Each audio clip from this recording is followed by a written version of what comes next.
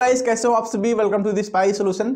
आज की इस वीडियो में जो बात होने जा रही है दोस्तों, वो लाइट चैप्टर को लेकर है। क्लास 10th का चैप्टर बहुत ही इंपॉर्टेंट है। बोर्ड एग्जाम में बहुत ही क्वेश्चन इससे पूछे जाते हैं। तो इस वीडियो को देखने के बाद किसी दूसरे वीडियो को देखने की जरूरत आपको नहीं पड़ने वाली है, ये मैं आपको भरोसा दिला सकता हूँ। बस आप जो भी इंफॉर्मेशन इसमें गिवन है, जो भी दी जा रही है, आप उसको सही से सुने और समझें। ठीक है, शॉर्ट रिविजन के तौर पर मैं इसको कराने जा रहा हूँ और इसे हिंदी वर्ग और अंग्रेजी माध्यम के जितने भी अभ्यर्थी हैं सभी लोग इसको देख सकते हैं जो एग्जाम देने जा रहे हैं, बोर्ड एग्जाम। ठीक है, हिंदी इंग्लिश दोनों में आपका ये चैप्टर जो है वो समावेशित है। तो चलिए वीडियो को शुरू करते हैं। सबसे पहले हम डिस्कस करते हैं लाइट। जैसा कि आपको यहाँ पे दिखाई पड़ रहा है कि लाइट एक्चुअल में क्या है। ठीक है, लाइट के बारे में आप लोगों ने पहले से ही पढ़ रखा है कि लाइट जो है वो एक तरीके की क्या है, ऊर्जा है, एक एनर्जी है। It is a form of energy, आप लोगों ने पढ़ा होगा। तो एक्चुअल में अगर हम देखें तो लाइट जो है, बिगर लाइट का तो दैनिक जीवन पॉसिबल है ही नहीं। और जो हम लोग लाइट यूज कर रहे हैं वो सनलाइट है, जैसा कि आप सभी को पता है। जैसे कि यहाँ पे मैं आपको एक ऑब्जेक्ट दिखाई पड़ रहा है जो कि अभी जल बुझ रहा है। अब इसको देख के तो आपको क्लियर हो गया होगा कि पुराने जमाने का बल्ब है, अभी इसको हम यूज करते ही नहीं है। ठीक है, एलईडी वगैरह आ गया, कहीं कहीं आपको देखने को मिल जाए, बात अलग है वो। लेकिन ये भी लाइट का क्या है, एक तरीके का सोर्स है। जब ये जलता है तभी हमें ऑब्जेक्ट रात में दिखाई पड़ता है।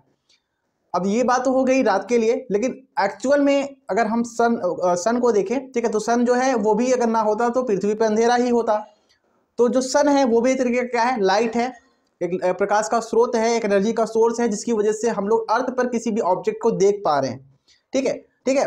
तो लाइट जो है वो एक एनर्जी के फॉर्म में होती है, जिसका डेफिनेशन आप क्लियरली कह सकते हैं कि light is a form of energy. ठीक है, यहाँ पे आप देख सकते हैं कि जो लाइट है वो क्या है, एनर्जी का एक फॉर्म है। ठीक है, यहाँ पे देखिए, light is a type of energy that help people to see any object. किसी भी ऑब्जेक्ट को देखने के लिए सहायता करती है। कौन करता है? लाइट, प्रकाश। ठीक है, ये एक एनर्जी का फॉर्म है, एक प्रकाश जो है वो एक ऊर्जा का रूप है। यहाँ पे आप हिंदी में भी इसको इस तरीके से पढ़ सकते हैं। ठीक है, तो आई होप आप सभी को ये सभी चीजें समझ में आ रही होंगी। स्टेप बाय स्टेप आपको सब कुछ इसमें बताया जाएगा। ठीक है, नेक्स्ट टाइप चलेंगे तो प्रकाश के कुछ प्रॉपर्टीज होती है जिसे आपको जानना बहुत ही जरूरी है। ठीक है, सबसे पहली प्रॉपर्टी ये है कि it is a electromagnetic waves, it does not require any medium to flow. यह एक विद्युत चुंबकीय तरंग है और इसे चलने के लिए किसी भी मीडियम, किसी भी माध्यम की जरूरत नहीं होती है। जैसा कि आपको पता है, हीट, उष्मा को अगर हम एक पार्ट से दूसरे पार्ट में उसको ट्रांसफर करेंगे तो उसको एक मीडियम चाहिए होता है। ठीक है, किसी भी चीज को चलने के लिए मीडियम चाहिए होता है। जैसे कि हम सुन पा रहे हैं, मैं बोल रहा हूं आपको, आप मुझे सुन रहे हैं, तो ये भी एक मीडियम है, एक माध्यम है। लेकिन जो लाइट है उसको चलने के लिए किसी भी मीडियम की जरूरत नहीं होती, और जिन वेव्स को चलने के लिए मीडियम की जरूरत नहीं होती उसे हम विद्युत चुंबकीय तरंग कहते हैं, यानी कि इलेक्ट्रोमैग्नेटिक वेव। तो प्रकाश एक इलेक्ट्रोमैग्नेटिक वेव है, ये आप ध्यान रखिएगा। इसके बारे में डिटेल में आप क्लास 12th में पढ़ेंगे, बस आप ये जानते रहिए ये क्या है, इलेक्ट्रोमैग्नेटिक वेव है। अभी आप देख सकते हैं डायग्राम में, जो वेव होता है वो दो फॉर्मेट में चलता है, इलेक्ट्रिक और मैग्नेटिक फील्ड। ठीक है, जो कि आप बड़े कक्षाओं में पढ़ेंगे। अभी आपके बारे में बस इसके बारे में आपको इतना ही जानना है कि ये जो है एक विद्युत चुंबकीय तरंग है। ठीक है, चलिए नेक्स्ट बात करते हैं। Light travels in a straight line. Light जो है वो सीधी रेखा में चलता है, इसका प्रूफ भी आप देख सकते हैं। यहाँ पे आप देखिए, जो लाइट है वो सीधी रेखा में इसलिए चल रहा है, जैसे कि आप यहाँ पे देखें, यहाँ पे क्या है, कैंडल रखा गया है। ठीक है, यहाँ पे मैं थोड़ा सा इंक चेंज करूंगा तो आपको विजिबल चीजें समझ में आएंगी। देखिए, ये क्या है, एक कैंडल है। कैंडल अगर रखा गया है और इसमें देखिए क्या रखा गया है, मान लीजिए एक प्लेट है, इनमें होल किया गया है, यहाँ पे देखिए। ठीक है, अगर इन होल्स से अगर आप यहाँ पे इसको देखोगे तो ये कैंडल आपको यहाँ से दिखाई पड़ेगी। जाहिर सी बात है, होल से अगर आप कैंडल को देखोगे तो दिखाई पड़ेगी। मान लीजिए कि यहाँ पे अगर हम होल को बीच में क्लोज कर देते हैं, ठीक है, तो ये कैंडल क्या हमें दिखाई पड़ेगी? बिल्कुल भी दिखाई नहीं पड़ेगी, बल्कि आसपास जो इसके प्रकाश जो फैले हुए हैं वो आपको दिखाई पड़ेंगे। लेकिन ये कैंडल जो जल रही थी अभी आपको इस होल से दिखाई पड़ रही थी, वो आपको दिखाई नहीं पड़ेगी। तो आप कह सकते हैं कि प्रकाश जो है वो एक सीधी रेखा में चलता है, एक स्ट्रेट लाइन में चलता है। अगर लाइट जो है, जो ये ट्रेवल करती है, वो स्ट्रेट लाइन में ट्रेवल ना करती तो यहाँ पे जैसे हमने एरिया को ब्लॉक किया, ये यहाँ से ऐसे उठती, ऊपर जाती, ऐसे यहाँ पे आती और यहाँ से आती और वापस से फिर से हमें आग से दिखाई पड़ती। लेकिन ऐसा हो ही नहीं रहा है, इससे हम कह सकते हैं कि जो प्रकाश है वो स्ट्रेट लाइन पे चलता है, एक सीधी रेखा में चलता है। नेक्स्ट पॉइंट पे चलते हैं। स्पीड ऑफ लाइट जो वैक्यूम में होती है वो होती है 3 × 10⁸ मीटर पर सेकेंड। ठीक है, यहाँ पे स्पीड ऑफ लाइट आप ध्यान रखिएगा, इतनी स्पीड होती है लाइट की वैक्यूम में। ठीक है, यहाँ पे आप देख सकते हैं इस तरीके से स्पीड आपको दिखाई पड़ रही है। हमेशा ध्यान दीजिएगा कि वैक्यूम में स्पीड कितनी होती है, 3 × 10 मीटर पर सेकेंड। अगर आपको सेंटीमीटर में पूछे तो आप कह सकते हो 3 × 10⁻10 सेंटीमीटर पर सेकेंड, ठीक है। ये सेंटीमीटर पर सेकेंड में आपका आंसर हो जाएगा। तो लाइट का जो स्पीड है वो आपको ध्यान देना है। नेक्स्ट पॉइंट की तरफ बढ़ते हैं। अगला पॉइंट है इट हैज डुअल नेचर, इसके पास दोहरी आवृत्ति जो है प्रकृति होती है। नेचर जो होता है वो क्या होगा, डबल होगा। एक पार्टिकल नेचर होगा और दूसरा वेव नेचर होगा। वो कैसे आप समझ सकते हैं, देखिए यहाँ पे आप देख पा रहे हैं कि ये जो यहाँ पे आपको दिखाई पड़ रहा है ये पार्टिकल नेचर है। ये कैसा नेचर है, पार्टिकल नेचर। मैं यहाँ पे लिख दे रहा हूँ, ये कौन सा नेचर होगा, आपका पार्टिकल नेचर होगा, ठीक है। ये पार्टिकल है लाइट का। अब जैसे ही इसको हम प्रिज्म से पास करेंगे, इसमें से अलग अलग कलर आपको दिखाई पड़ेंगे। आप लोगों ने घर पे एक्सपेरिमेंट वगैरह किया होगा, जिससे कि आपने स्केल लिया होगा, उसको लाइट सनलाइट के सामने लगाइए, पीछे देखिए वॉल पे, तो आपको जो है वो 7 कलर दिखाई पड़ेंगे। तो देखिए ये पार्टिकल नेचर है, और ये आपको जो दिखाई पड़ रहा है ये कौन सा नेचर आपका हो जाएगा, वेव नेचर हो जाएगा, ठीक है। तो लाइट के पास 2 नेचर होते हैं, एक पार्टिकल नेचर, दूसरा वेव नेचर। ये भी आप क्लास 12 में पढ़ेंगे। बस आप अभी के लिए आप इतना इन्फॉर्मेशन रखिए कि इसके पास डबल नेचर होता है, ठीक है। नेक्स्ट पॉइंट की तरफ बढ़े तो इसका जो वेवलेंथ होता है, देखिए रेस कई टाइप के होते हैं, एक्स रेस, गामा रेस, उसी में एक रेस होता है विजिबल रेस, उसी के अंतर्गत लाइट आता है। और इसका जो वेवलेंथ होता है, जो तरंगदैर्घ्य होता है, वो 4000 से लेके 7000 एंगस्ट्राम होता है, या फिर कहीं कहीं आपको 3400 से लेके, ठीक है, 7800 एंगस्ट्राम के बीच इसका वेवलेंथ देखने को मिलता है। तो ये पॉइंट आप याद रखिएगा कि इसका जो वेवलेंथ होगा वो 3400 से 7800 या फिर 4000 से 7000 के बीच में देखने को मिलता है, ठीक है। नेक्स्ट पॉइंट की तरफ बढ़ें। ये देखिए यहाँ पे वेवलेंथ इस तरीके से इसका मेजर किया जाता है। आगे अगर आप पढ़ेंगे तो जब लाइट जो होगा किसी पॉलिशदार सरफेस से टकराएगा तो इसमें 2 फिनोमेना होती हैं। एक होता है रिफ्लेक्शन और दूसरा होता है रिफ्रैक्शन, ठीक है। रिफ्लेक्शन को हिंदी में कहते हैं परावर्तन और इसे कहेंगे अपवर्तन। जब कोई लाइट रेस, जैसे मान लीजिए यहाँ पे एक हमारे पास मिरर है, मिरर पे इस तरीके से कोई लाइट रेस आई और यहाँ से निकल गई ऐसे, ठीक है, इसको हम रिफ्लेक्शन कहेंगे। और क्या होता है, लाइट रेज आई, मान लीजिए ये मिरर नहीं है, मिरर मतलब शीशा होता है, हम ट्रांसपेरेंट कोई मीडियम ले रहे हैं तो लाइट रेज ऐसे अंदर घुस जाएगी, थोड़ा सा डेविएट हो जाएगी, तो इसको हम कहेंगे अपवर्तन यानी कि रिफ्रैक्शन, ठीक है। यहाँ पे आपको दिखाई पड़ रहा है, इसमें जो शीशे में इंसान दिखाई पड़ रहा है जो कि शीशे को देख रहा है, ये जो एग्जाम्पल है वो आपका है रिफ्लेक्शन यानी कि परावर्तन का। और नीचे की तरफ आप देख पा रहे हैं, यहाँ पे देखिए ये छोटे छोटे बॉल्स आपको दिखाई पड़ रहे हैं, यहाँ पे ये छोटे छोटे बॉल्स, ठीक है। ये जो छोटे छोटे बॉल्स हैं जिससे पानी में जाएगा आपको दिखाई नहीं पड़ेगा, जैसे आप पानी से बाहर निकाल रहे हो तो आपको दिखाई पड़ रहा है, ऐसा इनकी डेंसिटी सेम होने की वजह से देखने को मिल रहा है, ठीक है। तो ये इसका एग्जाम्पल हो जाएगा, ये आपका हो जाएगा रिफ्रैक्शन का यानी अपवर्तन का एग्जाम्पल हो जाएगा, ठीक है। नेक्स्ट टॉपिक की तरफ बढ़े, यहाँ तक आप सभी को क्लियर है। अब हम बात कर लेते हैं कि रिफ्लेक्शन ऑफ लाइट क्या होता है, प्रकाश का परावर्तन क्या होता है, ठीक है। तो इसके बारे में पहले आप समझ लीजिए कि एक्चुअल में क्या होता है। The phenomena of bouncing back of the light rays when they fall on an obstacle is called reflection of light। मतलब किसी बाधा पर पड़ने पर प्रकाश की किरणें का वापस मुड़ना क्या कहलाता है, परावर्तन कहलाता है। जैसे मान लीजिए हमारे पास एक जो है मिरर है, शीशा है, यहाँ पे हमने एक टॉर्च जलाया, ऐसे इस तरीके से एक टॉर्च जलाया यहाँ पे, और जैसे हम टॉर्च जलाएंगे आपको बैक साइड जो है वो रिफ्लेक्शन देखने को मिलता है। आप लोगों ने इसका जो है बहुत अच्छा यूज़ किया होगा, जिससे आप लोगों ने शीशा तो चमकाया ही होगा ना, मिरर वगैरह। तो सनलाइट ऐसे आती है, हम लोग क्या करते थे, सनलाइट ऐसे आएगी, उसको लाइट जो सन होगा उसके सामने रखेंगे, उसको हल्का टिल्ट कर देंगे तो बगल वाले के आंख में मार देते। ऐसा किया है ना आप लोगों ने, कितने लोगों ने किया है कमेंट करके बताइएगा। आप देखिए ये जो आप देख पा रहे हैं लाइट रेस, देखिए यहाँ से लाइट रेस ऐसे आएंगी, यहाँ पे टकराएंगी, टकराने के बाद सीधा निकल जाएंगी, और बीच में ये जो आपको दिखाई पड़ रहा है इसको कहते हैं अभिलंब यानी नॉर्मल कहते हैं। और ये जो है वो काल्पनिक होता है, एक्चुअल में आपको देखने को नहीं मिलता है, लेकिन इसका वर्किंग क्या है मैं आपको अभी समझा देता हूँ, ठीक है।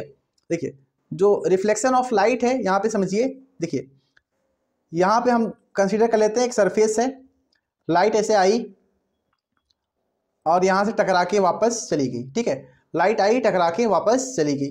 तो एक बीच में हम एज्यूम कर लेते हैं कि यहाँ पे कोई जो है मतलब ऐसा कोई पॉइंट है जहाँ से हम एज्यूम कर सकें कि लाइट रिफ्लेक्ट हुई है, ठीक है। तो देखिए ये जो लाइट आ रही है इसको हम कहते हैं इंसिडेंट रे। जैसा कि आप यहाँ पे देख पा रहे हैं, ये जो लाइट यहाँ से आएगी इसको हम कहेंगे इंसिडेंट रे। मैं लिख देता हूँ, इसको कहेंगे इंसिडेंट रे, ठीक है।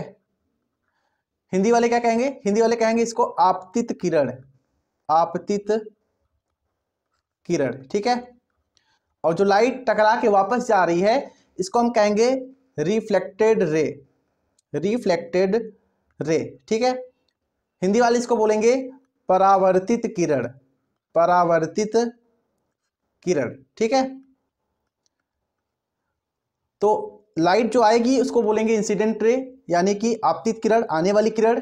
जो टकरा के वापस जाएगी उसको बोलेंगे रिफ्लेक्टेड रे, यानी कि परावर्तित किरण, ठीक है, टकरा के वापस जाने वाली किरण। इसे हम रिफ्लेक्टेड रे जो है अंग्रेजी में बोल देंगे।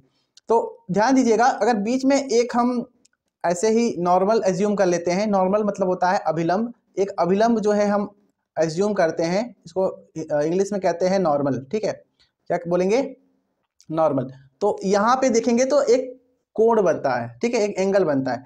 इस वाले एंगल को हम कहेंगे एंगल आई, ठीक है, और इस वाले एंगल को हम बोलेंगे एंगल आर, ठीक है। एंगल आई का मतलब होगा angle of incidence, angle r का मतलब होता है एंगल ऑफ रिफ्रैक्शन, ठीक है। तो sorry reflection, angle of reflection. तो एंगल ऑफ इंसिडेंस और एंगल ऑफ रिफ्लेक्शन, यानी कि आपतन कोण और परावर्तन कोण, ठीक है। तो इसके कुछ रूल होते हैं प्रकाश के परावर्तन के, जो कि आपको समझना बहुत ही जरूरी है, वो मैं आपको बिल्कुल अभी समझा देता हूं, ठीक है। देखिए क्या होता है कि नेक्स्ट स्लाइड इसको समझते हैं, आपको डिटेल में समझ में आएगा। जैसे कि यहाँ पे आप देख पा रहे हैं कि कुछ आपको एग्जाम्पल देखने को मिल रहे हैं, ठीक है। देखिए यहाँ पे ये लड़का डांस कर रहा है बार बार, तो ये भी किसकी वजह से है, आप कह सकते हैं कि ये रिफ्लेक्शन हो रहा है, इसकी वजह से यहाँ पे दिखाई पड़ रहा है। ये भी आपको दिखाई पड़ रहा है, ठीक है, तो ये भी किसकी वजह से है, रिफ्लेक्शन की वजह से। यहाँ पे देखें ये कुत्ता जो है वो अपना इमेज देख के भाग जा रहा है, तो ये भी किसकी वजह से हो रहा है, ये भी रिफ्लेक्शन की वजह से ही हो रहा है, ठीक है। इतना पॉइंट आप इसमें ध्यान रखिएगा। अब हम डिटेल में बात करते हैं कि लॉज ऑफ रिफ्लेक्शन क्या होते हैं, यानी परावर्तन के नियम क्या होते हैं।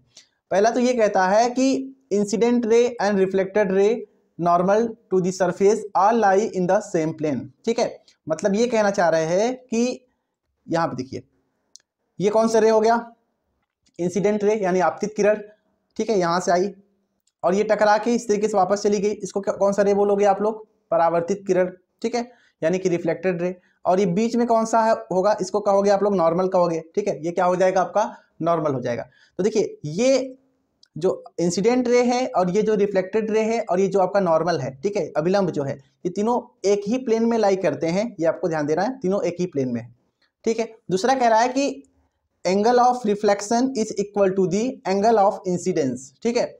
जो ये वाला एंगल होगा, एंगल आई जो होगा वो एंगल आर के बराबर होता है, ये जो है ये कहता है, यानी angle i equal to angle r. ये क्या कहेगा, लॉज ऑफ रिफ्लेक्शन ये कहता है कि जितना एंगल इंसिडेंस का बनेगा नॉर्मल से, उतना ही एंगल ऑफ रिफ्लेक्शन भी होगा नॉर्मल से ही होगा। आपतन कोण और परावर्तन कोण आपस में क्या होते हैं, बराबर होते हैं। यहाँ भी हिंदी में आपको देखने को मिल जाएगा नॉर्मल से, ठीक है।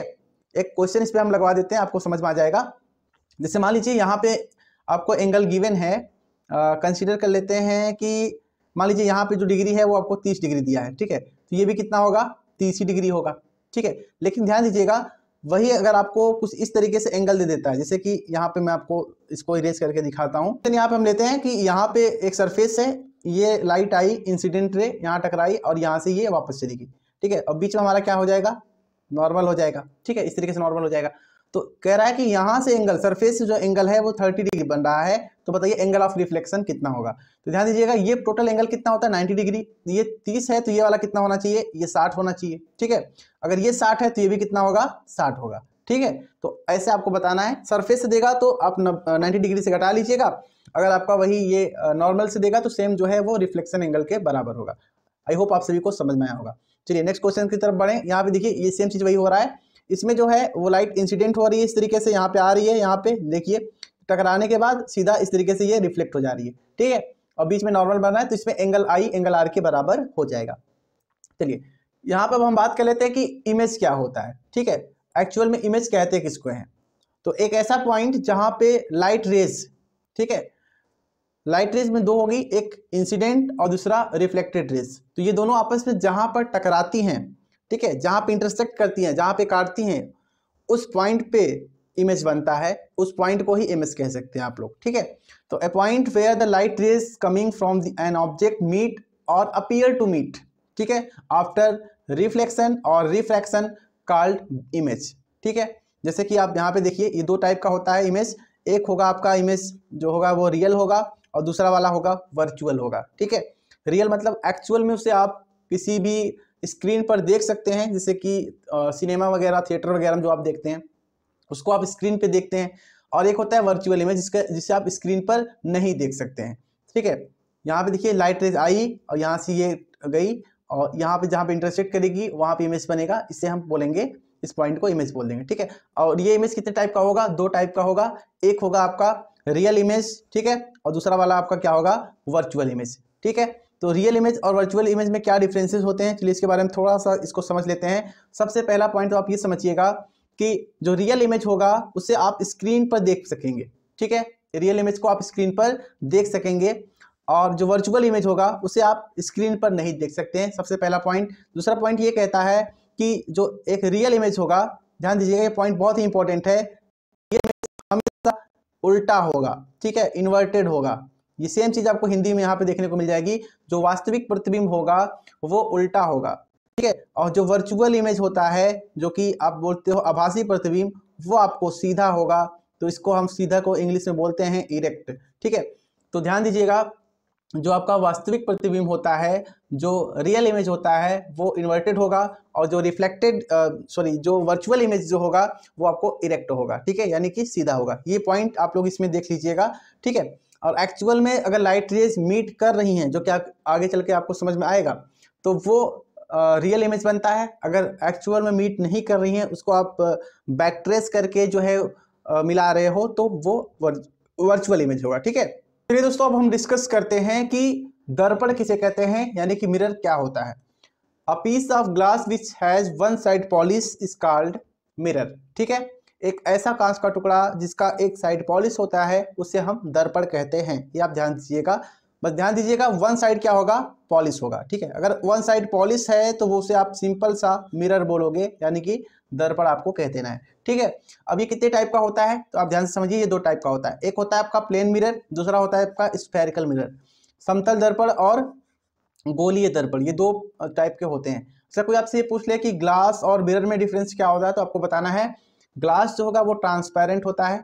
ठीक है, आप जो आर पार उसको देख सकते हैं, लेकिन मिरर में ऐसा नहीं होता है। मिरर जो होगा वो एक साइड पॉलिश होता है। ठीक है, तो देखिए यहाँ पे जो स्फेरिकल मिरर है वो दो टाइप का होगा, गोली दर्पण दो टाइप का होगा। वो कैसे होगा आप ध्यान से समझिए। हमारे पास क्या है? गोला है।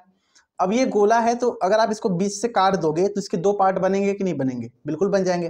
तो जो पहला वाला पार्ट है, हमने एज्यूम कर लिया कि पहला वाला पार्ट कुछ इस तरीके से इसका जो है वो दिखाई पड़ेगा। एक मिनट दोस्त। ठीक है, जो पहला वाला पार्ट है वो आपको कुछ इस तरीके से दिखाई पड़ेगा। यहाँ पे देखिए, मान लेते हैं ये आपका पहला वाला पार्ट है। इसी तरीके से ये आप काटोगे तो ये दूसरा वाला पार्ट आपको कुछ इस तरीके से दिखाई पड़ेगा। ठीक है, एक मिनट, यहाँ पे देखिए ये आपको दूसरा वाला पार्ट दिखाई पड़ेगा। इन दोनों को अगर आप जोड़ दोगे तो वापस स्फेयर बनेगा ना। सेम कंडीशन यहाँ पे है।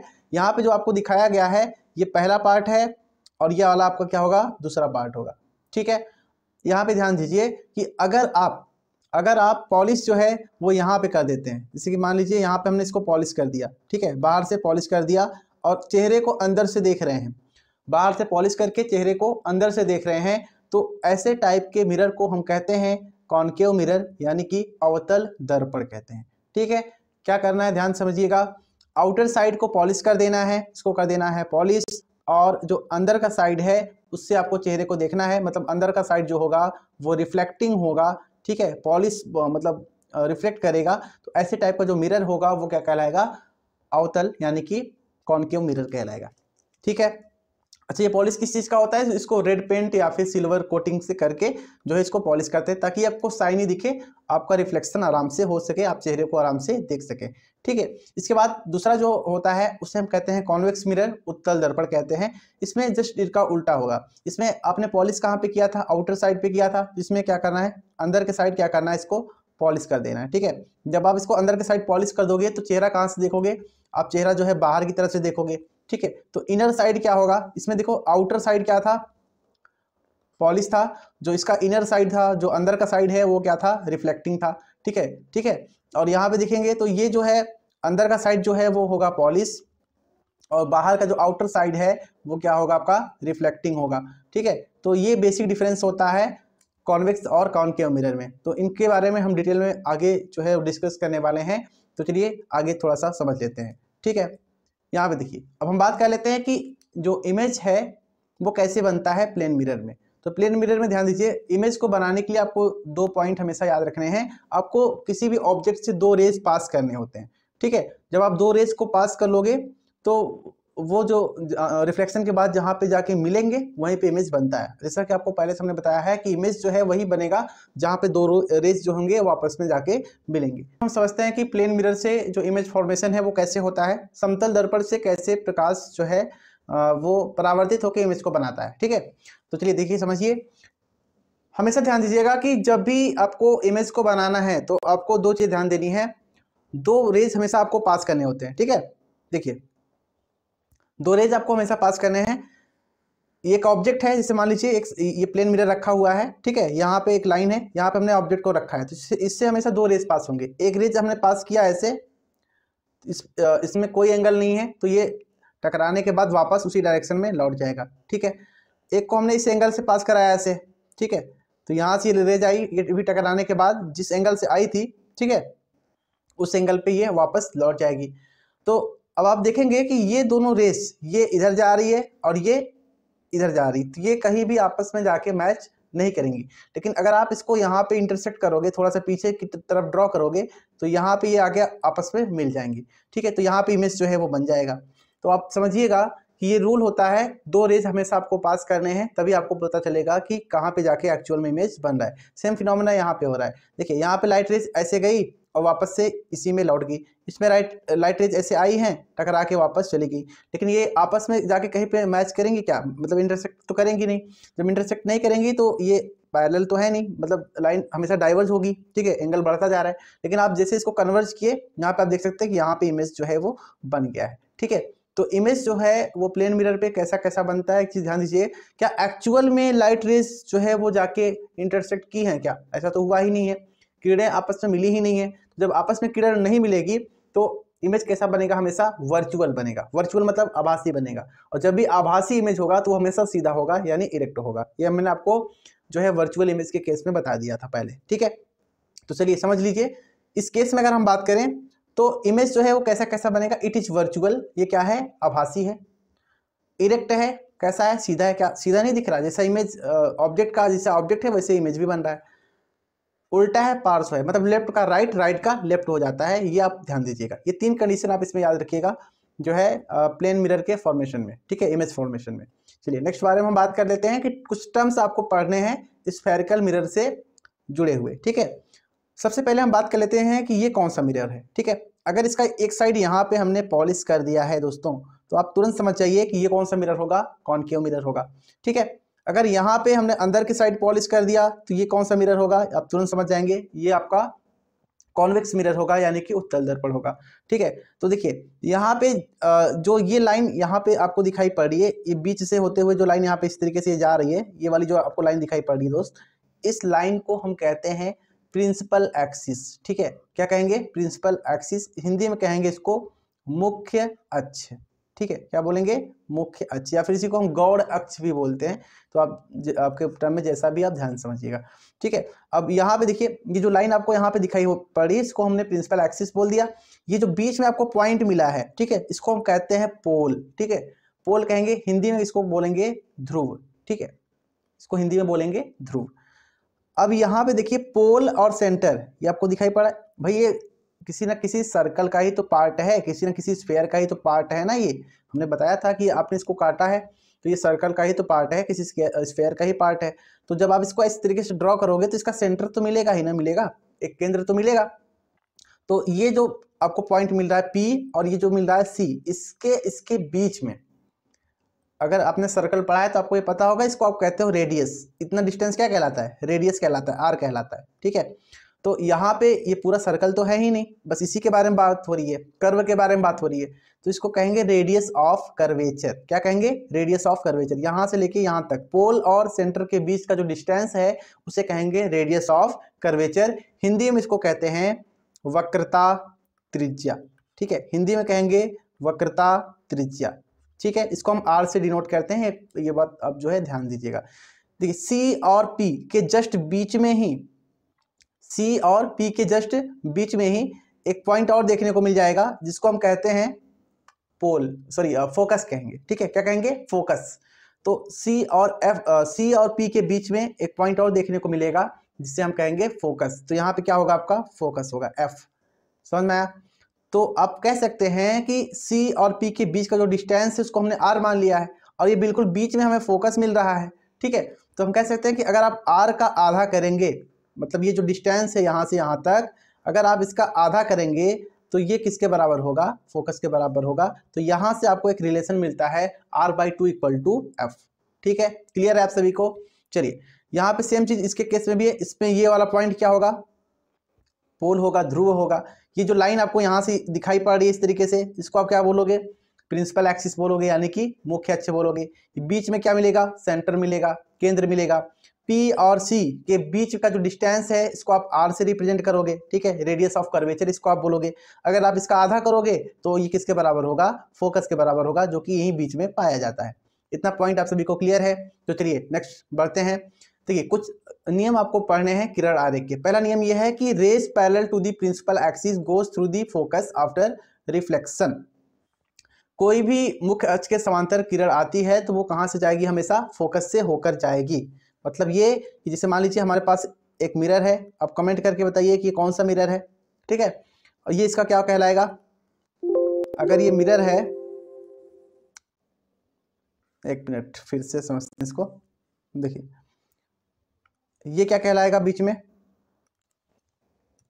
चलिए ये बीच में कहलाएगा P, ठीक है, ये P ही तो होगा ना दोस्त, ये P कहलाएगा। और ये लाइन जो ड्रॉ करेंगे हम लोग इस तरीके से, वो क्या कहलाएगा, आपका प्रिंसिपल एक्सिस कहलाएगा, ठीक है। तो इसके पैरेलल जो जितने भी रेज आएंगी, ध्यान देना, जितनी भी रेज इसके पैरेलल आएंगी, अच्छा ये बीच में क्या होगा, इसका सेंटर होगा, बीच में सेंटर होगा, यहाँ पे इसका फोकस होगा, ठीक है। यहाँ तक तो क्लियर हो गया आप सभी को।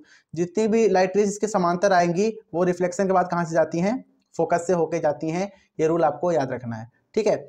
और जो लाइट रेज फोकस से होके जाएंगी, मान लीजिए फोकस से होके जा रहा है, तो वो रिफ्लेक्शन के बाद इस मुख्य अक्ष के समांतर हो जाती हैं, ठीक है। 2 पॉइंट आप याद रखिएगा।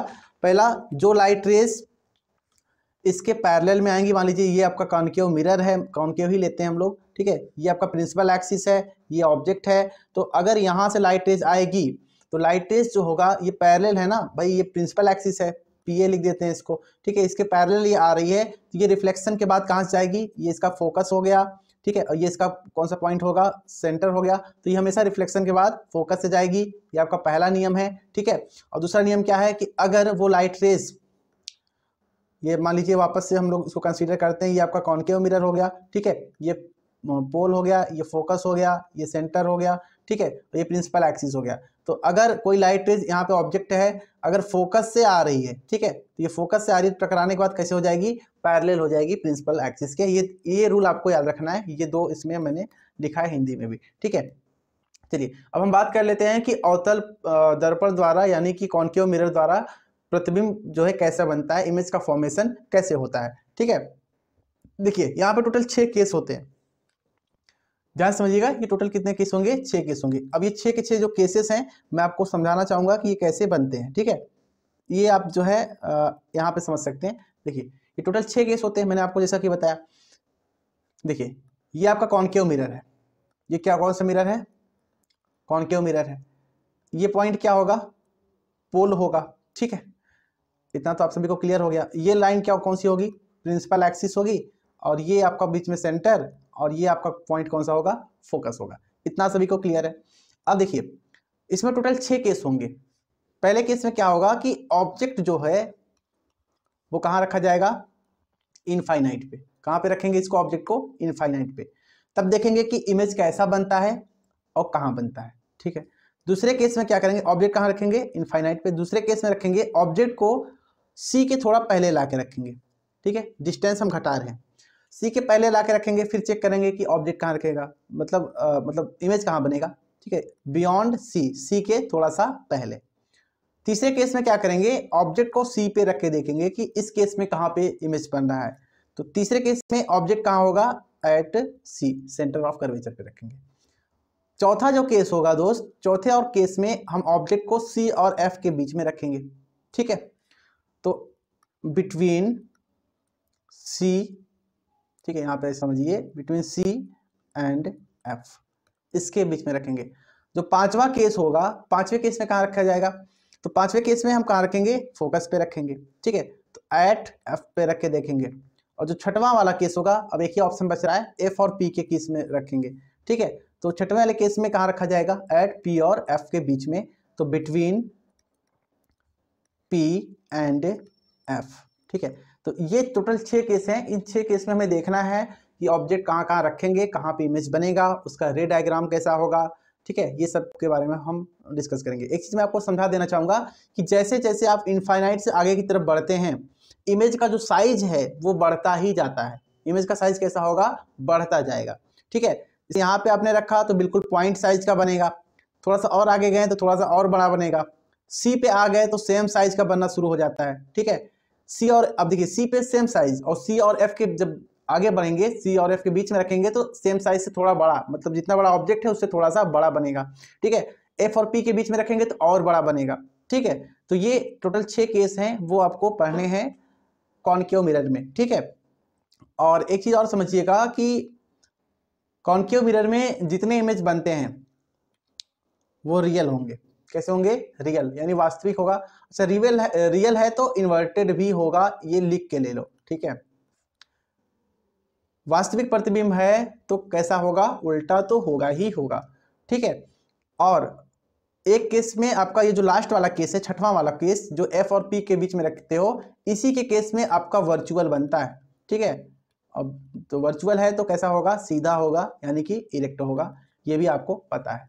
तो ये पॉइंट आपको ध्यान रखना है, इसका मैं शॉर्ट में आपको जो है वो दिखा देता हूँ। ठीक है, देखिए पहले के केस में ऑब्जेक्ट को रखेंगे इनफाइनाइट पे, तो इमेज कैसा कहाँ पे बनेगा, ऑब्जेक्ट को इनफाइनाइट पे आपने रख दिया तो जो इमेज है वो कहाँ बनेगा, फोकस पे बनेगा, एट एफ बनेगा।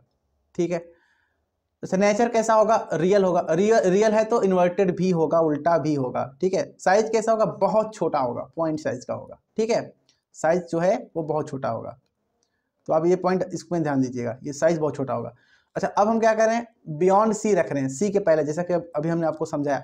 तो इस केस में जो इमेज है वो कहाँ बनेगा, तो कह रहा है between principal focus and centre, C और एफ के बीच में बनेगा, सी और एफ के बीच में जो इमेज है वो बनेगा। साइज कैसा होगा, छोटा होगा, रियल होगा और इन्वर्टेड होगा। रियल इन्वर्टेड हर केस में चलेगा। इसके बाद हम यहाँ पे डायग्राम आप देख सकते हैं, ऑब्जेक्ट को बियॉन्ड सी रखा गया है, इमेज कहाँ बन रहा है, सी और एफ के बीच में यहाँ पे इमेज बन रहा है, इमेज उल्टा है तो रियल होगा। ठीक है, तीसरे केस में क्या होगा, आप बिल्कुल सी पे रखेंगे, देखिए यहाँ पे सी पे रखा गया है, तो जब सी पे रखा गया है तो सी पे ही इमेज भी बन रहा है। ठीक है, और सी पे ही इमेज बन रहा है तो साइज कैसा होगा, सेम साइज होगा, equal to the object, real होगा और कैसा होगा, इन्वर्टेड होगा, यानी वास्तविक और उल्टा होगा। ठीक है, डायग्राम आप यहाँ पे देख सकते हैं। उसके बाद हम बात करते हैं कि जो इमेज जो ऑब्जेक्ट है वो कहाँ रखा जाएगा, अब सी और एफ के बीच में रखा जाएगा। अब देखिए सेम साइज तो बन चुका है, अब यहाँ से साइज बढ़ना शुरू हो जाएगा, तो आप कह सकते हैं कि बियॉन्ड सेंटर ऑफ कर्वेचर, सी के इधर बनेगा और कैसा होगा, रियल और इन्वर्टेड होगा, बिगर देन ऑब्जेक्ट, ऑब्जेक्ट से बड़ा होगा।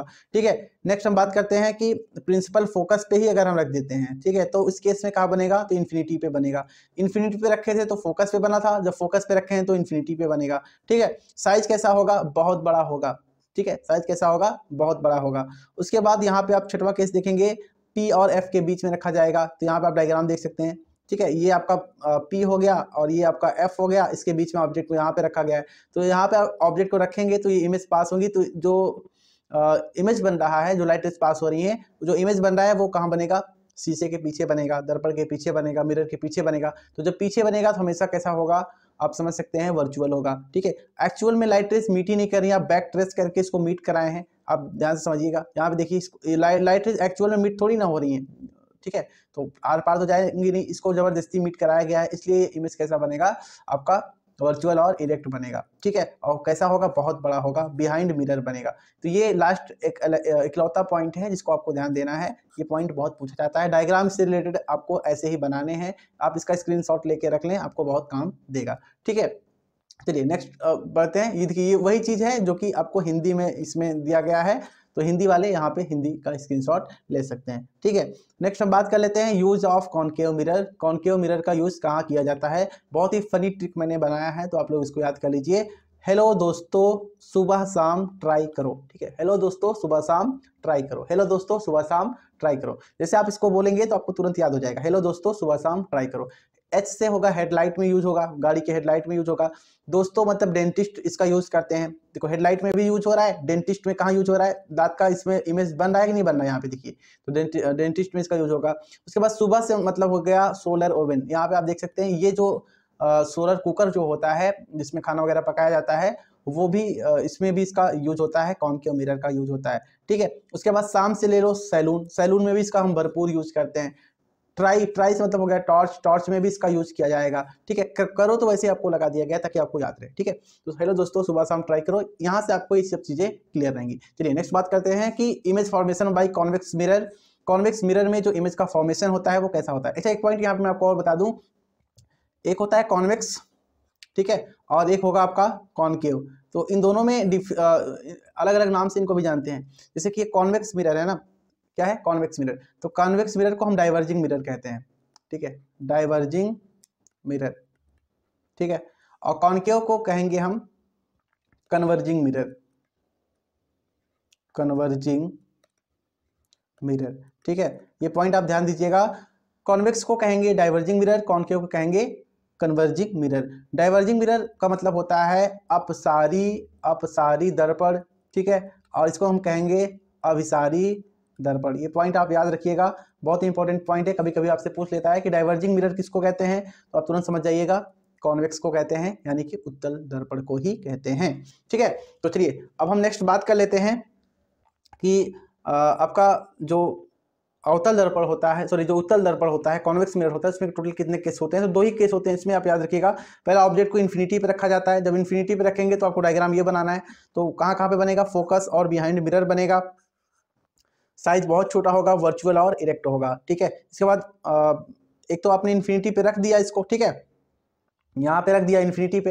अब एक पॉइंट आपका और कौन सा बचता है, बिटवीन इन्फिनिटी एंड पोल, मतलब इन्फिनिटी और पोल के बीच में कोई पॉइंट आपने कंसीडर कर लिया, वहाँ पे ऑब्जेक्ट को रख दिया। उस केस में कहाँ पे बनेगा, बिटवीन पी एंड एफ के बीच में बनेगा। साइज कैसा होगा, डिमिनिश्ड होगा, वर्चुअल और इरेक्ट होगा। तो ध्यान दीजिएगा 2 पॉइंट आपको यहाँ पे निकल के आते हैं। सबसे पहला पॉइंट ये है कि जब भी कॉनकेव मिरर होगा, ठीक है, कॉनकेव मिरर के केस में बात कर रहे हैं, यानी अवतल दर्पण के केस में बात कर रहे हैं, तो 5 केस में जो इमेज है वो आपका रियल बना था, और रियल के साथ साथ इन्वर्टेड होना जरूरी है, ठीक है। एक केस आपका ऐसा था जिसमें वो वर्चुअल बना था, वर्चुअल के साथ साथ इरेक्ट था यानी सीधा था, ठीक है। अब यहाँ पे जो कॉन्वेक्स है, ठीक है, यहाँ पे जो कॉन्वेक्स है, जो कॉन्वेक्स मिरर है, उसमें अगर आप बात करेंगे दोस्तों, तो कॉन्वेक्स मिरर में 2 ही केस बनते हैं, ठीक है, और दोनों में आपका जो इमेज है वो क्या होता है, वर्चुअल होता है और इरेक्ट होता है। ये पॉइंट आप इसमें याद रखिएगा, ठीक है। चलिए ये भी हिंदी में है, आप इसका जो है स्क्रीनशॉट ले सकते हैं। अब बताते हैं कि इसका कॉन्वेक्स मिरर का यूज़ कहाँ कहाँ करते हैं। तो सिक्योरिटी मिरर में जहाँ पे बाइक वगैरह पार्क की जाती है, या फिर मान लीजिए कोई टर्न वगैरह है, तो वहाँ पे इसका यूज़ करते हैं, क्योंकि ये क्या करता है कि ऑब्जेक्ट को बहुत छोटा करके दिखाता है। कहीं कहीं आप लोगों ने देखा होगा कि जो बाइक वगैरह होती है उसमें लिखा होता है कि object appearing in the mirror are closer than they appear, मतलब ये कि जो ऑब्जेक्ट आपको दिखाई पड़ रहा है बाइक के शीशे में, आपको ऐसा लग रहा है कि वो दूर है लेकिन वो आपके पास है। वो आपको दूर इसलिए लग रहा है क्योंकि वो छोटा होकर आपको दिखाई पड़ा। अब सोचो इतना बड़ा ट्रक है, अगर उतना ही बड़ा आपको शीशे में दिखाई पड़े तो आपको ट्रक के अलावा कुछ समझ भी नहीं आएगा। तो देखो तुरंत आपको समझ आता है कि पीछे कौन सी गाड़ी आ रही है। तो जो कॉन्वेक्स मिरर है वो ऑब्जेक्ट को छोटा करके दिखाता है, इसलिए इसको हम बाइक या फिर साइड मिरर के रूप में यूज करते हैं व्हीकल वगैरह में, ठीक है। ट्रैफिक मिरर में भी इसका यूज कर लेते हैं, डोर मिरर में इसका यूज करेंगे, ऑटोमोबाइल में मतलब वही गाड़ी वगैरह में यूज करेंगे। एटीएम में जो ऊपर मिरर लगा होता है वो भी क्या होता है, आपका कॉन्वेक्स मिरर होता है। डेकोरेशन में जो हम लोग यूज करते हैं वो भी कॉन्वेक्स मिरर ही होता है, ठीक है। तो ये सब चीजें देख सकते हैं कि इतनी जगह इसका यूज किया जाता है कॉन्वेक्स मिरर का। सबसे ज्यादा फेमस एग्जांपल इसका है व्हीकल में, तो व्हीकल में कॉन्वेक्स मिरर लगाते हैं। ऐसा इसलिए लगाते हैं क्योंकि ये ऑब्जेक्ट को छोटा करके दिखाता है, ठीक है। चलिए नेक्स्ट हम बात कर लेते हैं कि साइन कन्वेंशन क्या होता है, आप कैसे इसको अप्लाई करेंगे। देखिए मिरर का जो फॉर्मूला होता है वो होता है 1/v = 1/u = 1/f, ठीक है। अब हम बात कर लेते हैं कि v क्या है, u क्या है, f क्या है। तो इसको मैं स्क्रीन पे समझाने की कोशिश करूंगा, ठीक है। देखिए आप समझिए कि यहाँ पे देखिए, मान लीजिए हमारे पास एक मिरर है और ये हमारा मिरर जो है वो कॉनकेव मिरर है, वापस हम लोग वही लेते हैं। ये हमारा पास पोल हो गया, ठीक है, एक मिनट फिर से, ये हमारे पास स्क्रीन हो गई वाइट वाली। चलिए, ये हमारे पास क्या है, कॉनकेव मिरर है, ठीक है। ये हम वापस से हम लेंगे पोल, और पोल के बाद यहाँ पे आप समझिए ये आपका प्रिंसिपल फोकस, ठीक है, ये आपका फोकस हो जाएगा, ये आपका हो जाएगा सेंटर, ठीक है। तो अब आप यहाँ पे ध्यान से समझिएगा कि क्या होता है। देखिए इसमें जो होगा ऑब्जेक्ट, देखिए जैसे मान लीजिए ऑब्जेक्ट आपने यहाँ पे रख दिया, ठीक है, ऑब्जेक्ट आपने यहाँ पे रख दिया, तो हमेशा जितना डिस्टेंस आपको मेजर करना है ना वो पोल से मेजर की जाती है, ठीक है। तो पोल से अगर आप मेजर करेंगे तो यहाँ पे यहाँ से यहाँ तक का जो डिस्टेंस है उसको आप यू कहोगे, डिस्टेंस ऑफ ऑब्जेक्ट, ठीक है। यू क्या है, ऑब्जेक्ट डिस्टेंस है, मतलब जो ऑब्जेक्ट रखा गया है उसका क्या है, दूरी है, ठीक है, मतलब वस्तु का दूरी हो गया। और इसका इमेज, जैसे यहाँ पे ऑब्जेक्ट को हमने रख दिया है, ठीक है, बियॉन्ड सी रखा है, तो सी और एफ के बीच में कहीं पे इमेज बन रहा है, मान लीजिए यहाँ पे बन रहा है, तो ये जो डिस्टेंस है पोल से अगर आप इसको मेजर करेंगे तो जो इमेज जो बन रहा है वो वी से डिनोट किया जाता है, इसको कहेंगे इमेज डिस्टेंस, ठीक है, क्या कहेंगे, इमेज डिस्टेंस कहेंगे, ठीक है। और ये जो एफ है यहाँ पे आपको दिखाई पड़ रहा है एफ, तो ये पोल से अगर आप इसको मेजर करेंगे तो ये होगा फोकस, ठीक है, फोकल लेंथ कह सकते हो आप इसको, ये फोकस का डिस्टेंस है। तो ये इतनी चीजें आपको इसमें पता होनी चाहिए।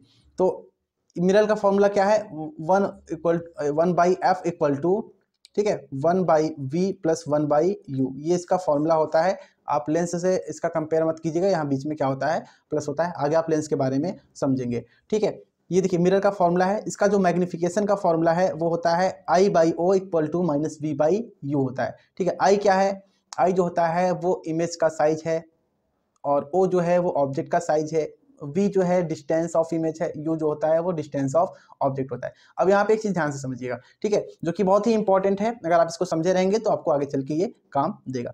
अब यहाँ पे देखिए वापस से मैं वाइट स्क्रीन ही लेता हूँ ताकि आपको डिटेल में थोड़ा सा समझ में बता सकूँ मैं, ठीक है। देखिए ब्लैक स्क्रीन हो गया, चलो कोई बात नहीं। देखो जैसे आपको जब भी बोला जाए ना कॉनकेव मिरर है, ठीक है, कॉनकेव मिरर के लिए हम बता रहे हैं या कॉन्वेक्स मिरर के लिए, दोनों के लिए हम बता रहे हैं। अगर कॉनकेव मिरर है तो इसमें आपको जो फोकस है, ठीक है, फोकस हमेशा आपको माइनस लेना होता है, ठीक है, यू आपको हमेशा माइनस लेना होता है, वी आप प्लस लेंगे और माइनस भी लेंगे, ठीक है। लेकिन माइनस आपको 5 केस में लेना है। एक केस में देखो माइनस का मतलब होता है रियल और इन्वर्टेड इमेज, और जो प्लस होता है वो वर्चुअल और इरेक्ट के लिए होता है, ठीक है। तो वर्चुअल और इरेक्ट एक ही केस में बन रहा था ना, पोल और फोकस वाले केस में, ठीक है। तो आप हमेशा ध्यान दीजिएगा कि वी की वैल्यू प्लस लेनी है, माइनस भी लेनी है। 5 केस में आपको ये माइनस लेना होगा और बाकी केस में आपको क्या लेना होगा, प्लस लेना होगा, मतलब एक केस में प्लस लेना होगा, ठीक है। तो आप ये आप ध्यान दीजिएगा, एफ और यू हमेशा आपको माइनस लेके ही चलना है, ठीक है। अब हम डिस्कस करते हैं इसके क्वेश्चन को लेकर। क्वेश्चन जब आप लगाएंगे तो आपको साइन कन्वेंशन भी समझ में आ जाएगा, ठीक है। तो इस क्वेश्चन को देखिए और इसको लगाने की कोशिश करते हैं। देखिए हमारे पास क्वेश्चन जो दिया है वो कॉन्वेक्स मिरर का है। एक चीज पहले आप दिमाग में बैठा लीजिए कि जब भी आपको कॉन्वेक्स के बारे में बात करें, कॉन्वेक्स यानी कि उत्तल दर्पण के बारे में बात हो रही है, कॉन्वेक्स मिरर है ये, ठीक है ना। तो अगर कॉन्वेक्स मिरर के बारे में बात करेगा तो आप ध्यान दीजिएगा कि हमेशा आपको जो फोकस है वो प्लस लेना होता है, ठीक है।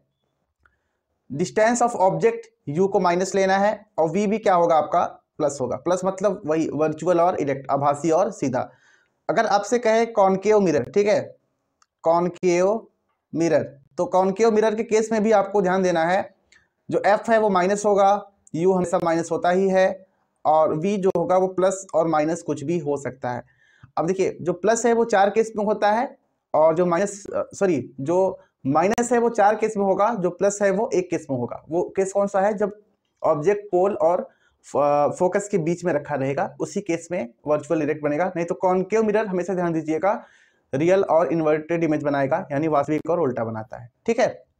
तो ये आप याद रखिए। चलिए अब देखिए क्वेश्चन दिया है, कह रहा है कि कॉन्वेक्स मिरर है जो कि रेयर व्यू के लिए यूज किया जाता है, पीछे देखने के लिए यूज किया जाता है किसी ऑटोमोबाइल में, और उसका जो रेडियस ऑफ कर्वेचर है वो आपको 3 मीटर दिया हुआ है, यानी वक्रता त्रिज्या कितना दिया है, 3 मीटर। तो यहाँ पे हम लिख सकते हैं कि आर की वैल्यू आपको गिवन है, वो दिया है आपको 3 मीटर, ठीक है।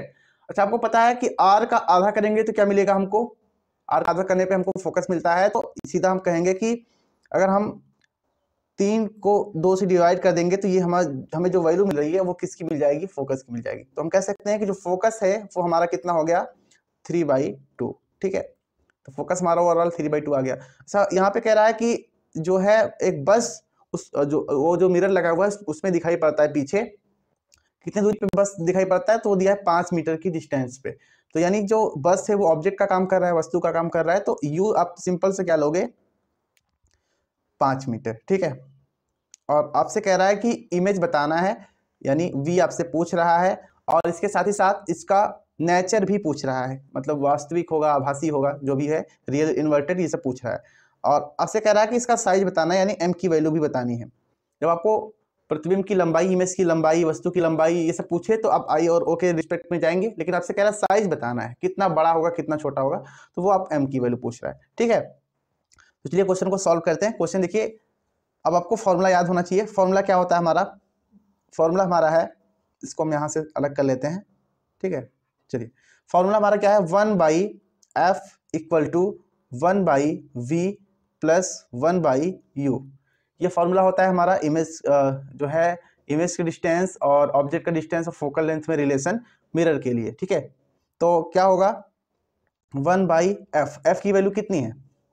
3/2। अच्छा, एक चीज यहाँ पे ध्यान दीजिए, पहले इसमें वैल्यू भी लिख लेते हैं, क्योंकि ये कौन सा मिरर है? कॉन्वेक्स मिरर है। कॉन्वेक्स मिरर में जो फोकस है वो क्या लेंगे? प्लस, तो इसको हमें प्लस लिख देना है कि ये प्लस में ही लेना है। यू की वैल्यू क्या लेनी है? माइनस, तो यहाँ पर माइनस लगा देंगे, ठीक है। वी आपसे पूछ ही रहा है, इसको कुछ नहीं करना है, तो ऐसे हमने लिख दिया इक्वल टू 1/v, ये तो है ही। अच्छा, ये क्या होगा? प्लस 1/-5, ठीक है। तो ये हमारा क्या हो जाएगा? ये पलट जाएगा तो हो जाएगा 2/3, ठीक है, इक्वल टू, यहाँ पे आपको दिखाई नहीं पड़ रहा होगा, ये 2/3 हमने लिख दिया। उसके बाद यहाँ पे क्या होगा? 1/v ऐसे रहेगा, और ये हो जाएगा माइनस का 1/5। इसको हम क्या करते हैं? इधर भेज देते हैं, ठीक है। जब हम इसको इधर भेज देंगे तो ये माइनस का क्या हो जाएगा? प्लस हो जाएगा। तो इसको हम थोड़ा सा यहाँ पे सॉल्व करने की कोशिश करेंगे। देखिए, अब ये 2/3 तो आपका ऐसे रहने वाला है, इक्वल टू, ठीक है। ये यहाँ पे देखिए, हम क्या करेंगे कि ये जो 1/v यहाँ पे है ही, ये माइनस 1/5 है, ठीक है। इसको भेज रहे हैं इधर, तो हो जाएगा 2/3 प्लस 1/5 इक्वल टू 1/v, ऐसे हो जाएगा, ठीक है। इसको क्या करो, एलसीएम लेके सॉल्व कर दो, तो इसका एलसीएम कितना हो जाएगा? 15, तो हो जाएगा 3×5 = 15, 5 दूना 10, और 5 3 15, और 3 एकम 3, ठीक है, 1/v। तो आएगा आपका 13, ये हो जाएगा 13/15 इक्वल टू 1/v, ठीक है। तो अब इसको आप पलटोगे तो ये क्या हो जाएगा? कैसे बनेगा, यहाँ पे समझिएगा।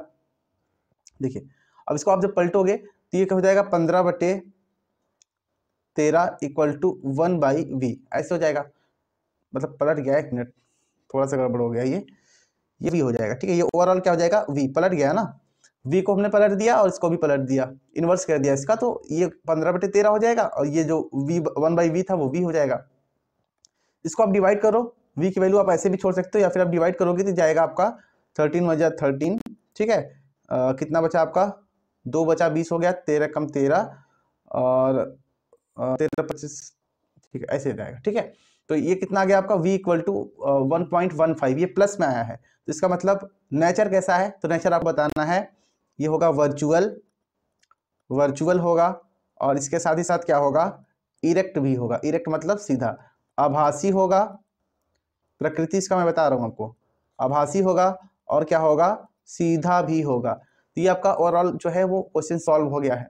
अब पूछ रहा है आपसे कि m की वैल्यू क्या होगी, साइज क्या होगा। तो m यहाँ पे मैं आपको निकाल के दिखाता हूँ। m का फॉर्मूला होता है -v/u, ठीक है।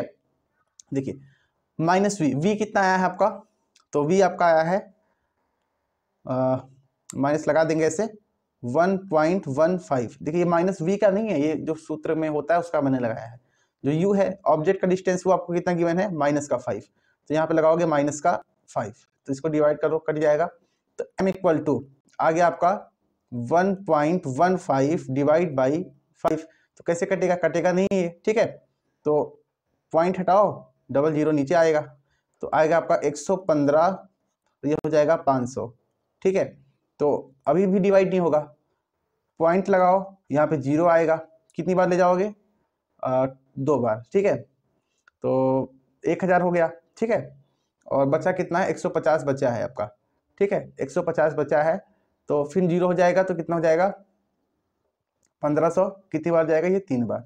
तो m की वैल्यू कितनी आ गई? 0.23।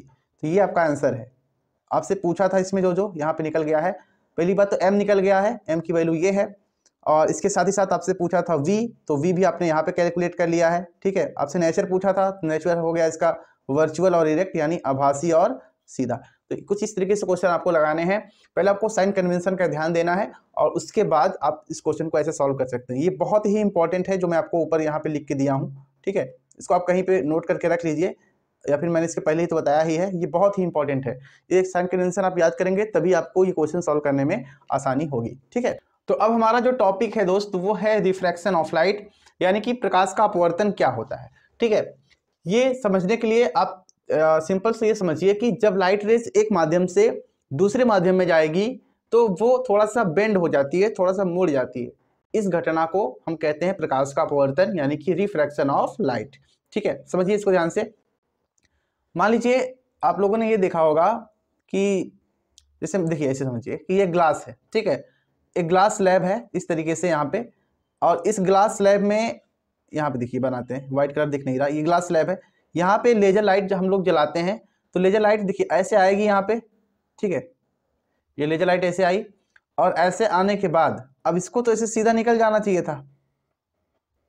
ठीक है, ऐसे निकल जाना चाहिए था क्योंकि ग्लास है, ट्रांसपेरेंट है, पारदर्शी है, लेकिन ऐसे नहीं निकलता है। ये क्या करेगा, अगर हम यहाँ पे एक नॉर्मल ड्रॉ कर लें तो आपको दिखेगा कि इसको सीधा जाना चाहिए था, लेकिन सीधा नहीं जाएगा, थोड़ा सा झुक के ऐसे चला जाएगा। ठीक है, और फिर यहाँ से देखोगे ना तो यहाँ से सीधा आना चाहिए, तो यहाँ पे सीधा नहीं जाएगा, ये भी थोड़ा सा ऐसे हो जाएगा। देख रहे हैं ना कि ये क्या हो रहा है, थोड़ा सा अपने मार्ग से विचलित हो रहा है बार बार। ठीक है, इसी घटना को हम कहते हैं प्रकाश का अपवर्तन। तो refraction is the bending of light rays when it passes from one medium to another medium. ठीक है, जब प्रकाश किरण एक माध्यम से दूसरे माध्यम में जाती है तो वो अपने मार्ग से मुड़ जाती है, जहां जाना चाहिए तो वहां नहीं जाती, थोड़ा सा मुड़ जाती है। इस घटना को हम क्या कहते हैं, प्रकाश का अपवर्तन कहते हैं। ठीक है, अभी यहाँ पे ध्यान समझिए, इसके कई सारे एग्जाम्पल हैं, थोड़ा सा समझिएगा।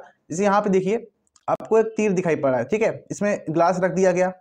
अब जो ग्लास रख दिया गया, जिससे आपने इसमें पानी भरा, देखिए तीर आपको उल्टा दिखाना शुरू हो गया। ध्यान समझिए, ऐसे आप तीर इसमें रखा गया है, यहाँ पे समझिए ये तीर ऐसे रखा गया है, लेकिन जैसे इसमें पानी डाले जाएगा ग्लास में, ये देखिए तीर आपको उल्टा दिखना शुरू हो गया। ठीक है, इसी तरीके से यहाँ पे अगर आपने देखा होगा कि कोई सिक्का है। ठीक है, आप मान लीजिए कोई ऐसा बर्तन लीजिए, उसमें पेदी में सिक्का रखिए और उसमें पानी भर दीजिए, तो आपको लगेगा कि वो सिक्का थोड़ा सा ऊपर उठ गया है, ये भी होता है। तो ये सभी चीजें जो आपको दिखाई पड़ रही हैं वो किसकी वजह से होती है, प्रकाश के अपवर्तन की वजह से होती हैं, यानी रिफ्रैक्शन ऑफ लाइट की वजह से होती हैं। तो मामला यही है कि प्रकाश लाइट जो होती है, जो लाइट रेज होती है, वो बेंड होती हैं। अब क्या होता है इसमें, आइए थोड़ा सा डिटेल में इसको समझते हैं। ठीक है, तो इसके लिए मैं एक ब्लैक स्क्रीन लेता हूँ। यहाँ पे देखिए जो रिफ्रैक्शन है उसका आपको समझना है, तो आप ऐसे समझिए कि मान लीजिए ये तालाब है, पानी भरा हुआ है। ठीक है, ये इसका सरफेस लेवल है, ये पानी तरीके से यहाँ पे भरा हुआ है। अब पानी भरा हुआ है तो यहाँ पे क्या हो रहा है कि ऊपर क्या है, पानी के ऊपर एयर है, हवा है, और ये नीचे क्या है, वाटर है। ठीक है, तो कुछ तो ऐसा होगा ना जो इसको अलग कर रहा होगा। ठीक है, मान लेते हैं ये पानी हो गया और ये क्या हो गया, वाटर, सॉरी ये एयर हो गया और ये क्या हो गया आपका, वाटर यानी पानी हो गया। तो होता क्या है कि जब कोई लाइट रेज आती है, अब एक चीज यहाँ पे ये समझिए कि एयर जो होता है वो आपका रेरर मीडियम होता है, रेरर मीडियम। अब रेरर मीडियम क्या होता है, इसको हिंदी में हम कहते हैं विरल माध्यम। ठीक है, इसको कहेंगे विरल माध्यम, रेरर मीडियम यानी कि विरल माध्यम। जिस ऐसे समझिए कि जिसमें जो उनके अणु हैं वो थोड़े दूर दूर होते हैं। हवा और पानी, इन दोनों में किसके अणु पास पास होते हैं, किसके मॉलिक्यूल्स पास पास होते हैं, तो आप ऑब्वियसली कहोगे कि पानी के मॉलिक्यूल्स ज्यादा पास पास होते हैं। ठीक है, इस तरीके से मैं आपसे ये कह दूं कि अच्छा बताओ, पानी और शहद में, हनी में जो है वो किसके मॉलिक्यूल पास पास होते हैं, तो आप कहोगे कि शहद के जो मॉलिक्यूल्स हैं वो पास पास होते हैं, यही तो कहोगे ना आप लोग। तो यहाँ से चीज क्लियर हो रही है कि जिसके मॉलिक्यूल्स पास पास होते हैं उन्हीं को हम क्या कहेंगे, देखिए उसी को कहेंगे डेंसर। ठीक है, हिंदी में कहेंगे सघन। दो टर्म आप याद रखिएगा, एक मिलेगा आपको रेरर मीडियम, दूसरा आपको मिलेगा डेंसर मीडियम। रेरर मतलब विरल माध्यम, सघन माध्यम। जहां पे डेंसिटी ज़्यादा होगी। डेंसिटी मतलब घनत्व, जाहिर सी बात है जहाँ पे मॉलिक्यूल्स पास पास होंगे तो उनकी डेंसिटी ज़्यादा होगी। तो मैं आपसे पूछता हूँ कि बताओ पानी का डेंसिटी ज़्यादा होगा कि एयर का? तो आप ऑब्वियस सी बात है बोलोगे कि जो है वो पानी का डेंसिटी ज़्यादा होगा, यानी वाटर का डेंसिटी क्या होगा? ज़्यादा होगा, जहाँ पे पास पास में है। पानी और शहद में किसकी डेंसिटी ज़्यादा होगी? तो आप कहोगे कि शहद की डेंसिटी ज़्यादा होगी। तो आप इसी समझ में आ गया आप सभी को। देखिए, तो ये होता है कि मान लेते हैं कि ये रेरर मीडियम है, ये कौन सा मीडियम है? Denser medium. तो जब भी प्रकाश एक माध्यम से दूसरे माध्यम में प्रवेश करता है, जैसे मान लेते हैं ये ऊपर क्या है? एयर, और नीचे क्या है हमारा? वाटर। ठीक है, तो मान लेते हैं लाइट यहाँ से आएगी ऐसे, ठीक है। अब लाइट आएगी तो इसको सीधा निकल जाना चाहिए था, लेकिन सीधा नहीं निकलेगी क्योंकि मीडियम क्या हो रहा है? चेंज हो रहा है। ठीक है, तो अगर यहाँ पे हम एक लाइन ड्रॉ करें जिसको हम कहते हैं अभिलंब, यानी कि नॉर्मल, एन से रिप्रेजेंट करते हैं इसको, तो देखिए ये इसमें क्या होता है कि ये लाइट रेस को सीधा जाना चाहिए था। ऐसे अगर ये जाना चाहे तो ये सीधा इस तरीके से ऐसे यहाँ पे इस तरीके से ऐसे निकल जाती, कोई दिक्कत नहीं था इसके साथ। लेकिन ये क्या करती है? थोड़ा सा नॉर्मल की तरफ बेंड हो जाएगी। ये नॉर्मल की तरफ क्या हो जाएगी? थोड़ा सा बेंड हो जाएगी। जाना तो ये वाला रास्ता पकड़ के जाना चाहिए था, लेकिन ये क्या कर रही है? नॉर्मल की तरफ थोड़ा सा बेंड हो रही है। ठीक है, तो ये किसके कारण हो रहा है? क्योंकि मीडियम क्या हो रहा है? चेंज हो रहा है। इसका उल्टा भी देखने को आपको मिल सकता है। जैसे मान लेते हैं कि अब ये नीचे क्या है आपका? वाटर, ध्यान से समझिएगा, और यहाँ पे क्या है? एयर। ठीक है, तो इसका उल्टा भी तो हो सकता है ना, कि जैसे मान लीजिए हमने टॉर्च यहाँ पे मारा ऐसे, ठीक है, लाइट जो लेजर लाइट की बीम है वो ऐसे गई, अब वापस से ये हमारे पास क्या है? नॉर्मल है। ठीक है, अब लाइट रेस कैसे जा रही है बताइए? लाइट रेस कैसे जा रही है? डेंसर टू रेरर जा रही है ना, मतलब सघन से विरल के माध्यम की तरफ जा रही है। तो इस केस में क्या होगा? इसका जस्ट उल्टा होगा। लाइट रेस को ऐसे सीधे निकलना चाहिए था, है ना, सीधा से निकलना चाहिए था, लेकिन ये नॉर्मल से क्या होगी? इसे दूर जाएगी। ध्यान समझिएगा, ये ऐसे भाग जाएगी इधर, मतलब इसको सीधा निकल जाना चाहिए था ये रास्ता पकड़ के, लेकिन ये क्या कर रही है? थोड़ा सा दूर जा रही है। कहाँ जा रही है? नॉर्मल से जा रही है। तो ये जो घटनाएं हो रही हैं इसी को हम क्या कहते हैं? अपवर्तन कहेंगे। ठीक है, इतना आपको समझ में आया? 2 पॉइंट याद रखिएगा, जब भी लाइट रेस, ठीक है, रेरर टू डेंसर आती है, रेरर मतलब एयर और वाटर, ऐसे आएंगी तो नॉर्मल की तरफ जो है झुक जाती हैं। पहली पॉइंट याद रखिएगा। दूसरा पॉइंट आप ये याद रखेंगे कि जो लाइट रेज होती हैं अगर डेंसर टू रेरर जा रही हैं तो क्या करेंगी? नॉर्मल से दूर जाएंगी, आउटवर्ड फ्रॉम दी नॉर्मल जाएंगी। ठीक है, तो ये 2 पॉइंट आप हमेशा इसमें याद रखिएगा। ठीक है, चलिए नेक्स्ट पॉइंट की तरफ बढ़ते हैं। ये प्रकाश का जो अपवर्तन है वो यही होता है, मैंने आपको समझा दिया है, और कुछ एग्जाम्पल यहाँ पे आपको देखने को मिल गए हैं किसकी वजह से होता है। चलिए यहाँ पे देखिए अपवर्तन का नियम क्या होता है। तो पहली बात, जिसे आप लोगों ने पढ़ा है कि रिफ्लेक्शन में भी दो रूल थे, इसी तरीके से रिफ्रैक्शन में भी 2 रूल होंगे। सबसे पहला रूल आपका ये है कि जो इंसिडेंट रे है और जो रिफ्रैक्टेड रे है, ध्यान दीजिएगा, उसमें रिफ्लेक्टेड रे था, इसमें क्या है? रिफ्रैक्टेड रे। तो जो इंसिडेंट रे है, जो रिफ्रैक्टेड रे है और नॉर्मल, ये जो है वो मीडिया के एक ही पॉइंट पे लाई करते हैं, एक ही प्लेन में लाई करते हैं। ठीक है, मतलब तीनों एक ही प्लेन में होते हैं। और यहाँ पे दूसरा जो रूल है वो कहता है कि इसका जो साइन होता है, incidence, sine of angle of incidence to the sine of angle of refraction constant होता है। मतलब ये कि आपतन कोण की ज्या और अपवर्तन कोण की ज्या आपस में क्या होती है? बराबर होती है। इसको आप ध्यान से समझिए। पहली पॉइंट तो आप ये समझिए कि ये क्या कहता है, यहाँ पे मैं आपको वाइड स्क्रीन पे ही समझा देता हूँ। ठीक है, देखिए पहला रूल ये कहता है कि जैसे यहाँ पे देखिए लाइट रे जैसे आएगी, ठीक है, अब ये आपका क्या है? नॉर्मल है, ये आपका क्या हो जाएगा? नॉर्मल हो जाएगा। तो इसको तो क्या करना चाहिए? सीधा निकलना चाहिए, लेकिन सीधा नहीं निकलेगी, ऐसे सीधा जाना चाहिए था लेकिन सीधा नहीं जाएगी। ये क्या करती है? थोड़ा सा इसमें बेंड हो जाती है। ठीक है, तो ये कहता है कि ये लाइट जो आ रही है इसको क्या सा रे बोलोगे आप लोग? इंसिडेंट रे, यानी कि आपतित किरण। ठीक है, ये जो जा रही है ये रे, इसको क्या बोलोगे? रिफ्रैक्टेड रे, यानी कि परावर्तित किरण। ठीक है, ये हो गया रिफ्रैक्टेड रे। ठीक है, और ये आपका क्या हो जाएगा? Incident ray. ठीक है, आपतित किरण, और इसको आप बोलोगे अपवर्तित किरण। ठीक है, उसमें परावर्तित बोलते थे, इसमें अपवर्तित बोलोगे। ठीक है, तो ये दोनों जो होंगे वो नॉर्मल, और ये क्या आपका क्या है? नॉर्मल, यानी कि अभिलंब। ठीक है, तो ये तीनों एक ही तल में होते हैं, एक ही तल में। ठीक है, मतलब क्या करेंगे, एक ही प्लेन में लाई करेंगे। ठीक है, दूसरा क्या है, दूसरा ये कहता है कि जैसे लाइट रे जैसे आ गई, आपने बताया, ठीक है, और ये आपका क्या है, नॉर्मल है, तो नॉर्मल भी ड्रॉ कर लेते हैं। इसको जाना चाहिए था सीधे, लेकिन ये सीधे नहीं जा रही है, ये क्या करिए, थोड़ा सा यहाँ पे बेंड हो रही है। ठीक है, तो यहाँ पे एक एंगल बनेगा और यहाँ पे भी एक एंगल बनेगा। इस एंगल को नाम देंगे आई, इस एंगल को नाम देंगे आर।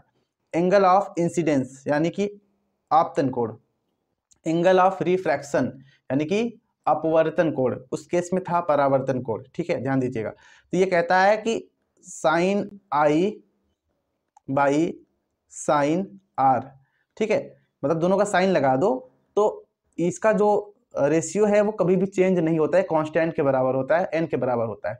इसी को हम कहते हैं रिफ्रैक्टिव इंडेक्स यानी कि अपवर्तनांक। ठीक है, क्या बोलेंगे इसको, अपवर्तनांक। रिफ्रैक्टिव इंडेक्स इसको एन से रिप्रेजेंट करते हैं। तो ये कहता है कि जो एंगल ऑफ साइन ऑफ, देखो ये यहाँ पे क्या हो गया, साइन जो हो गया ना, तो यहाँ पे आप कह सकते हो कि sine of angle of incidence and sine of angle of refraction is equal to constant. ठीक है, वो कांस्टेंट क्या है, अपवर्तनांक होता है, मैं अभी आपको समझा रहा हूँ। और ये जो रूल है वो सेकेंड वाला है, इसी को हम स्नेल के रूल के नाम से भी जानते हैं। ठीक है, स्नेल्स रूल। ठीक है, हिंदी में कहेंगे स्नेल का नियम। ये स्नेल का नियम है, तो इसको आप ध्यान दीजिएगा। पहला रूल क्या हो गया, तीनों एक ही प्लेन में लाई करेंगे। ठीक है, दूसरा रूल आपका क्या हो गया कि sine i by sine r equal to constant होता है, ये आपका दूसरा रूल हो गया, इसको स्नेल रूल भी कहते हैं। ठीक है, तो आइए अब हम समझते हैं थोड़ा सा कि स्नेल रूल क्या है और ये रिफ्रैक्टिव इंडेक्स वगैरह क्या है, इसके बारे में थोड़ा सा समझते हैं। तो चलिए नेक्स्ट जो है हम लोग बढ़ेंगे अगले टॉपिक पे, अपवर्तन के नियम। तो यही देखिए आपको यहाँ पे मैंने समझा दिया है क्या होता है। ये देखिए यहाँ पे सब कुछ दिया गया है, वही चीज़ दिया गया है जो मैं आपको समझाया हूँ। पहला है कि तीनों एक ही प्लेन में लाई करेंगे। दूसरा ये है कि साइन आई और साइन आर, इसका जो रेशियो है वो कांस्टेंट के बराबर होता है। वो कांस्टेंट क्या है, आपका एन है, यानी कि रिफ्रैक्टिव इंडेक्स जिसको आप बोलते हो, अपवर्तनांक। ठीक है, अब रिफ्रैक्टिव इंडेक्स क्या होता है, चलिए इसको हम समझ लेते हैं। देखिए रिफ्रैक्टिव इंडेक्स का मतलब ये होता है, आप इसमें देखिए बेसिक में यही बताया गया है कि रिफ्रैक्टिव इंडेक्स जो होगा वो मीडियम वन का मतलब refractive index is defined as the ratio of the speed of light in medium one to the speed of light in medium two. मतलब पहले वाले मीडियम में लाइट की स्पीड कितनी है, दूसरे वाले मीडियम में लाइट की स्पीड कितनी है, ये बताता है। ठीक है, तो रिफ्रैक्टिव इंडेक्स। अच्छा एक चीज ध्यान दीजिएगा कि जब भी लाइट रेस, ठीक है, जब भी लाइट रेस, एक केस लेते हैं यहाँ पे तब आपको समझ में आएगा। देखिए यहाँ पे मैं आपको क्या समझाना चाह रहा हूँ कि जैसे मान लीजिए ये पानी है, ठीक है, ये पानी है और ऊपर क्या है, एयर है। तो जब आप लाइट इस पे मारोगे तो क्या लाइट की स्पीड जो एयर में है वही पानी में भी रहेगी, तो आप कहोगे बिल्कुल नहीं रहेगी। तो ध्यान दीजिएगा कि जैसे जैसे लाइट रेज, ठीक है, रेरर मतलब विरल माध्यम, रेरल से डेंसर की तरफ बढ़ती है, यानी सघन की तरफ बढ़ती है, तो स्पीड क्या होगी, जो स्पीड होगी लाइट की वो क्या हो जाएगी, कम हो जाएगी, यानी डाउन हो जाएगी। ठीक है, तो ये पॉइंट भी आप ध्यान दीजिएगा। चलिए यहाँ पे देखिए कह रहा है कि रिफ्रैक्टिव इंडेक्स जो है वो दो टाइप का होता है। अब रिफ्रैक्टिव इंडेक्स क्या है आप समझिए। रिफ्रैक्टिव इंडेक्स का मतलब दोस्तों ये होता है कि ये हमेशा आपको ये बताएगा कि पहला वाला जो मीडियम है दूसरे वाले मीडियम के कंपैरिजन में कितना गुना घना है। ऐसा समझ में, जैसे मैं आपसे कह रहा हूँ कि ये ऊपर एयर हो गया, नीचे क्या हो गया, वाटर हो गया। ठीक है, तो ये हमेशा जो है वो आप इसे मान लीजिए यहाँ पे वैल्यू आ गई 2, तो ये बताएगा कि एयर जो है वो वाटर के कंपेयर में कितना है। ठीक है, या फिर वाटर जो है वो एयर के कंपेयर में कितना है, तो ये हमेशा आपको बताएगा। ठीक है, तो एक माध्यम दूसरे माध्यम के गुना कितना गुना है, या कितना गुना भारी है, कितना गुना कम है, ये आपको कौन बताएगा, रिफ्रैक्टिव इंडेक्स बताएगा, यानी एन की वैल्यू आपको बताएगी। ठीक है, तो इसको लिखने का तरीका क्या है इसको समझ लीजिए। देखिए जैसे यहाँ पे क्या होता है रिफ्रैक्टिव इंडेक्स, जैसे मैं आपसे ये कह रहा हूँ कि ऊपर एयर है, ठीक है, और नीचे क्या है, वाटर। ठीक है, तो मुझे ऐसे लिखना हो गया कि refractive index of air with respect to water, ये लिखना है। मतलब किसका रिफ्रैक्टिव इंडेक्स, किसका अपवर्तनांक, हवा का अपवर्तनांक किसके सापेक्ष, तो एयर के वाटर के सापेक्ष। तो कैसे लिखोगे, एन लिखोगे। एन का मतलब क्या होगा, रिफ्रैक्टिव इंडेक्स, ठीक है। और इसके बाद यहाँ लिखना है ए मतलब क्या हो गया, एयर। किसका रिफ्रैक्टिव इंडेक्स, एयर का रिफ्रैक्टिव इंडेक्स किसके सापेक्ष, तो अब हमने लिख दिया वाटर के सापेक्ष। NaW इसका मतलब क्या हो गया, refractive index of air with respect to water. हवा का जो अपवर्तनांक है किसके सापेक्ष, वाटर के सापेक्ष। आया समझ में। इस तरीके से मैं आपको लिख दूं N12, तो इसका मतलब क्या हो जाएगा, पहले मीडियम का अपवर्तनांक किसके सापेक्ष, दूसरे के सापेक्ष। इस तरीके से मैं आपको लिख दूं refractive index of water with respect to glass, ठीक है। तो इसका मतलब क्या हो गया कि पानी का रिफ्रैक्टिव इंडेक्स किसके सापेक्ष, ग्लास के सापेक्ष, ठीक है। तो ये होता है लिखने का तरीका। इसका वैल्यू आप ऐसे भी लिख सकते हैं NaW है ना, तो इसका मतलब ये हो गया कि N refractive index of A and refractive index of water, ठीक है। तो NaW को आप ऐसे भी लिख सकते हैं। जैसे मैं आपसे कह रहा हूँ NGA, इसका मतलब क्या हो गया, refractive index of glass with respect to air. तो इसको लिखोगे NG/NA। आया समझ में, क्लियर है आप सभी को। तो इसका लिखने का जो तरीका है वो ऐसे ही है, ठीक है। इसका यूज कैसे करेंगे, अभी न्यूमेरिकल वगैरह लगाएंगे तो आपको भरपूर समझ में आएगा। अभी के लिए आप इतना याद रखिएगा इसको लिखने का तरीका कैसे होता है, ठीक है। क्लियर है इतना। अच्छा, यहाँ पे एक बात हम और समझ लेते हैं कि जब भी आपसे पूछे कि रिफ्रैक्टिव इंडेक्स और स्पीड मतलब लाइट की स्पीड में क्या रिलेशन होता है, जैसे यहाँ पे मान लेते हैं कि रिफ्रैक्टिव इंडेक्स को अगर हम n मान लें, ठीक है, तो और यहाँ पे जो स्पीड ऑफ लाइट है उसको हम c मान लें या फिर v मान लें, चलिए v ही मान लेते हैं। तो स्पीड ऑफ लाइट वैसे c से रिप्रेजेंट किया जाता है, तो अगर हम v मान लें तो हमेशा ध्यान दीजिएगा इसके बीच में जो रिलेशन होगा वो इनवर्स का होगा, ठीक है, इन प्रोपोर्शनल 1/v। जैसे मैं आपसे कह रहा हूँ कि जब रिफ्रैक्टिव इंडेक्स बढ़ेगा मतलब कितना घना है, घना और ज़्यादा होगा, तो जो वेलोसिटी है वो क्या हो जाएगी, घट जाएगी। मतलब ये कि n बढ़ने पर v क्या होता है, घटता है। अब इस पर बेस्ड एक क्वेश्चन लगाएंगे तो आपको ज़्यादा डिटेल में समझ में आएगा। देखिए, रिफ्रैक्टिव इंडेक्स दो टाइप का होता है। सबसे पहले आपको दिया रहेगा सापेक्ष अपवर्तनांक, दूसरा दिया रहेगा आपको निरपेक्ष अपवर्तनांक यानी एब्सोल्यूट रिफ्रैक्टिव इंडेक्स। तो एब्सोल्यूट रिफ्रैक्टिव इंडेक्स क्या है, इसको ध्यान से समझिए। एब्सोल्यूट रिफ्रैक्टिव इंडेक्स ये कहता है कि जो है जिसका भी आपको रिफ्रैक्टिव इंडेक्स निकालना है, ठीक है, तो एयर के रिस्पेक्ट में निकालना होगा, ठीक है। अगर आप एयर के रिस्पेक्ट में किसी का भी जो है रिफ्रैक्टिव इंडेक्स निकाल रहे हैं तो उसको आप क्या कहोगे, एब्सोल्यूट। और रिलेटिव मतलब क्या होगा, आप किसी का भी किसी के सापेक्ष निकाल सकते हैं। आप जो है refractive index of glass with respect to air निकाल सकते हैं, refractive index of glass with respect to water निकाल सकते हैं, लेकिन इसमें एयर होना कंपलसरी होगा, ठीक है। तो ये बेसिक सा अंतर होता है। तो चलिए इस पे बेसिक क्वेश्चन लगाते हैं, फिर आपको डिटेल में थोड़ा सा समझ में आएगा, ठीक है। देखिए एक क्वेश्चन लेते हैं। यहाँ पे क्वेश्चन क्या है, देखिए क्वेश्चन ये गिवन है, कह रहा है कि स्पीड ऑफ लाइट जो है, स्पीड ऑफ लाइट v मान लेते हैं, वो जो है वो आपका एयर में आपको गिवन है, कह रहा है कि 3 × 10⁸ मीटर पर सेकेंड। ध्यान से समझिएगा। फिर आपसे कह रहा है कि speed of light in water में दिया है आपको 2 × 10⁸ मीटर पर सेकेंड, ऐसे दे दिया है।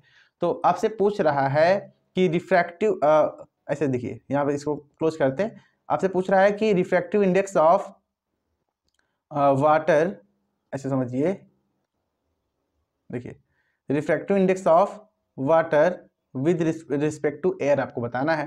तो इसका मतलब क्या होता है, इसका मतलब ये होता है NW/NA की वैल्यू आपको बतानी है, ठीक है। इसको ऐसे लिख सकते हैं ना, अभी तो हमने आपको बताया लिखने का तरीका।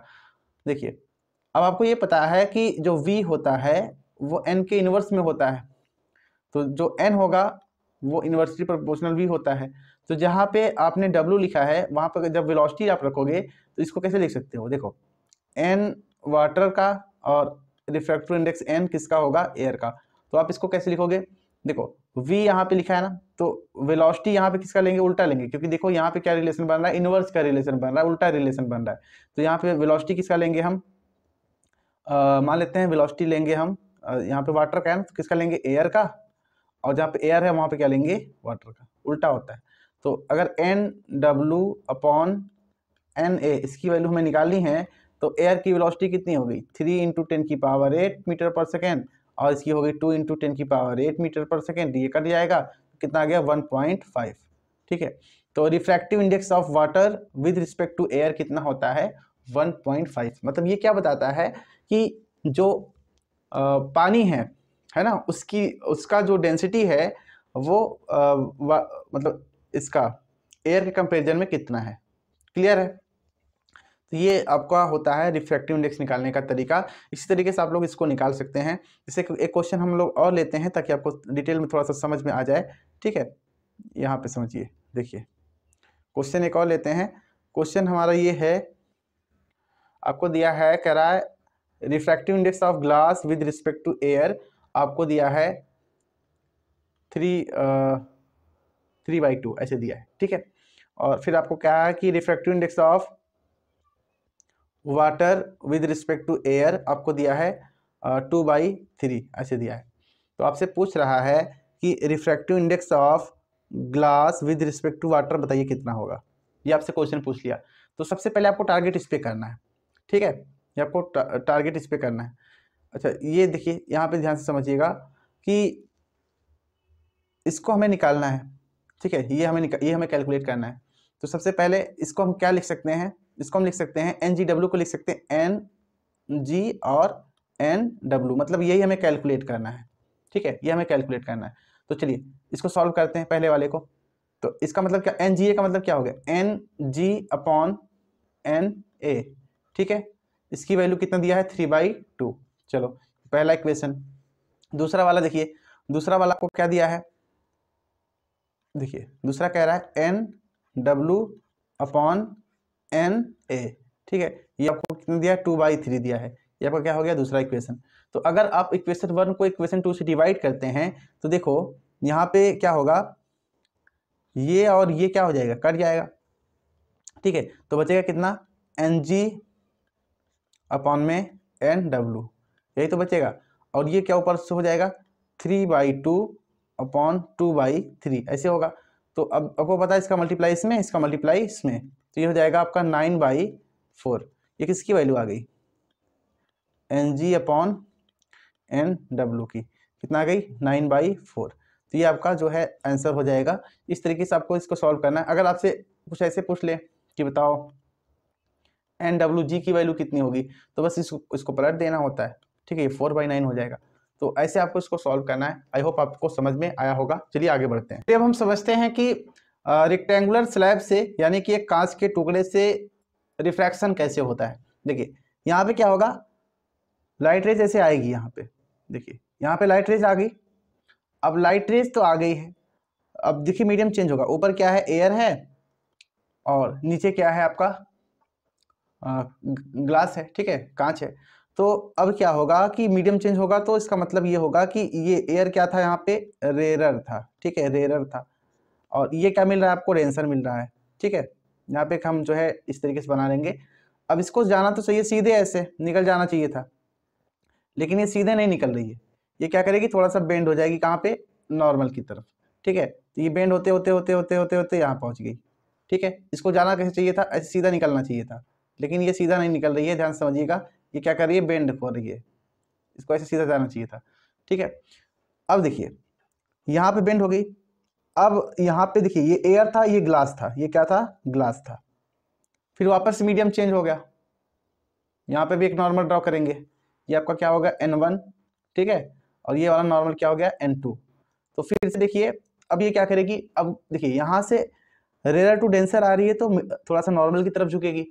लेकिन जब ये डेंसर टू रेयर जा रही है, वापस से एयर मिल गया ना नीचे, वापस से एयर मिल गया, तो अब क्या ये करेगी कि नॉर्मल तो आपका ऐसा है, तो ये नॉर्मल से थोड़ा सा दूर जाएगी। ठीक है, ऐसे ध्यान समझिएगा, इसको ऐसे जाएगी। ठीक है, ऐसे। तो ये जो लाइट रेज है, पहले ऐसे आई, आपको मीडियम चेंज मिला, डेंसर मिला, तो थोड़ा सा नॉर्मल की तरफ झुक गई। झुकने के बाद वापस से फिर से मीडियम चेंज हो गया, तो अब ये नॉर्मल की तरफ नहीं झुक रही, नॉर्मल से दूर जा रही, अब ये फ्रॉम दी नॉर्मल जा रही है। ठीक है, तो इसमें ये देखा गया कि यहाँ पे देखिए एक एंगल यहाँ बनेगा, एंगल ऑफ इंसिडेंस। ठीक है, इसको आप क्या कहोगे, एंगल ऑफ रिफ्रैक्शन यानी अपवर्तन कोण। एक एंगल यहाँ पे और बनेगा, ठीक है, इसको भी आप क्या बोलोगे, एंगल ऑफ, है तो इंसिडेंस लेकिन आर के बराबर ही होगा, ठीक है। और यहाँ पे एक एंगल और बनेगा, इसको आप कहोगे एंगल ऑफ इमरजेंट। ध्यान समझिएगा, सबको मैं बता रहा हूँ। ये लाइट थी, इसको आप क्या कहोगे, आपतित किरण, आपतित किरण, ठीक है। इंग्लिश वाले क्या बोलेंगे इसको, इंसिडेंट रे, क्या बोलेंगे, इंसिडेंट रे। इसके बाद यहाँ पे एंगल जो बन रहा है इसको कहोगे एंगल ऑफ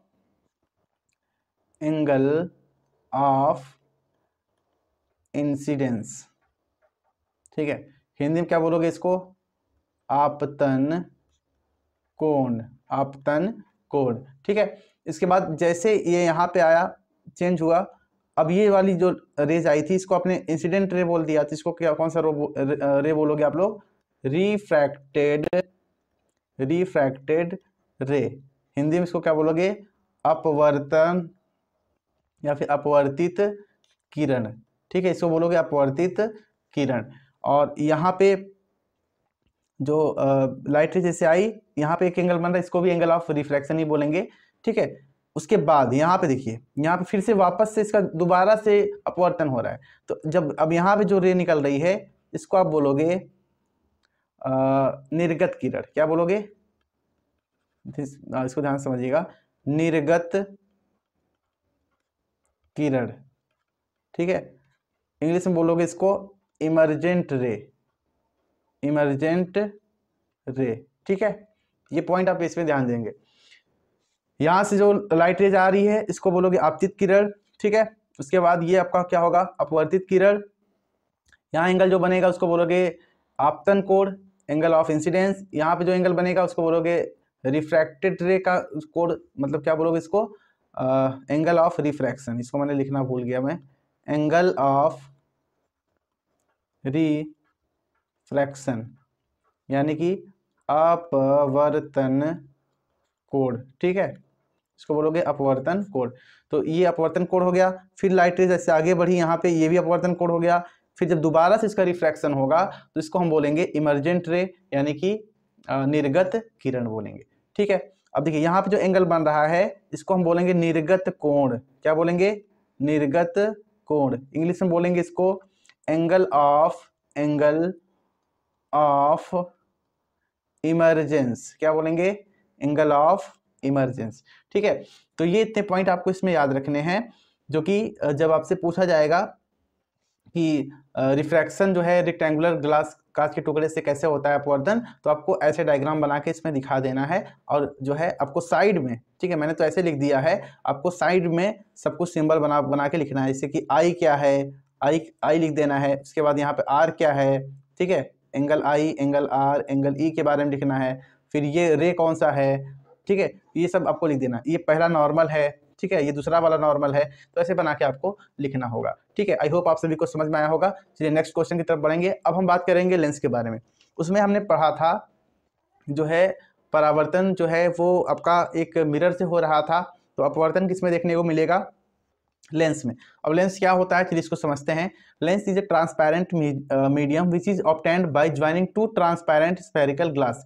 दो स्फेरिकल ग्लासेस होंगे, गोली जो है कांच के टुकड़े होंगे, कांच होंगे, उसको आप जोड़ोगे तो क्या बनेगा, आपका लेंस बनेगा, ठीक है। अब ये लेंस जो है वो दो टाइप का होता है। एक आपका होता है कॉन्वेक्स लेंस, दूसरा होगा आपका जो है कॉनकेव लेंस, उत्तल लेंस और अवतल लेंस, ठीक है। तो ध्यान दीजिएगा, जो आपका कॉन्वेक्स लेंस होता है उसको हम द्विउत्तल लेंस भी बोलते हैं, क्योंकि दोनों तरफ से क्या है, उभरा हुआ है, और इसीलिए इसको हम कहेंगे डाइवर्जिंग लेंस। क्या बोलेंगे इसको, डाइवर्जिंग लेंस। ध्यान दीजिएगा, उसमें उत्तल दर्पण को हम बोलते थे, क्या बोलते थे, कन्वर्जिंग मिरर, ठीक है।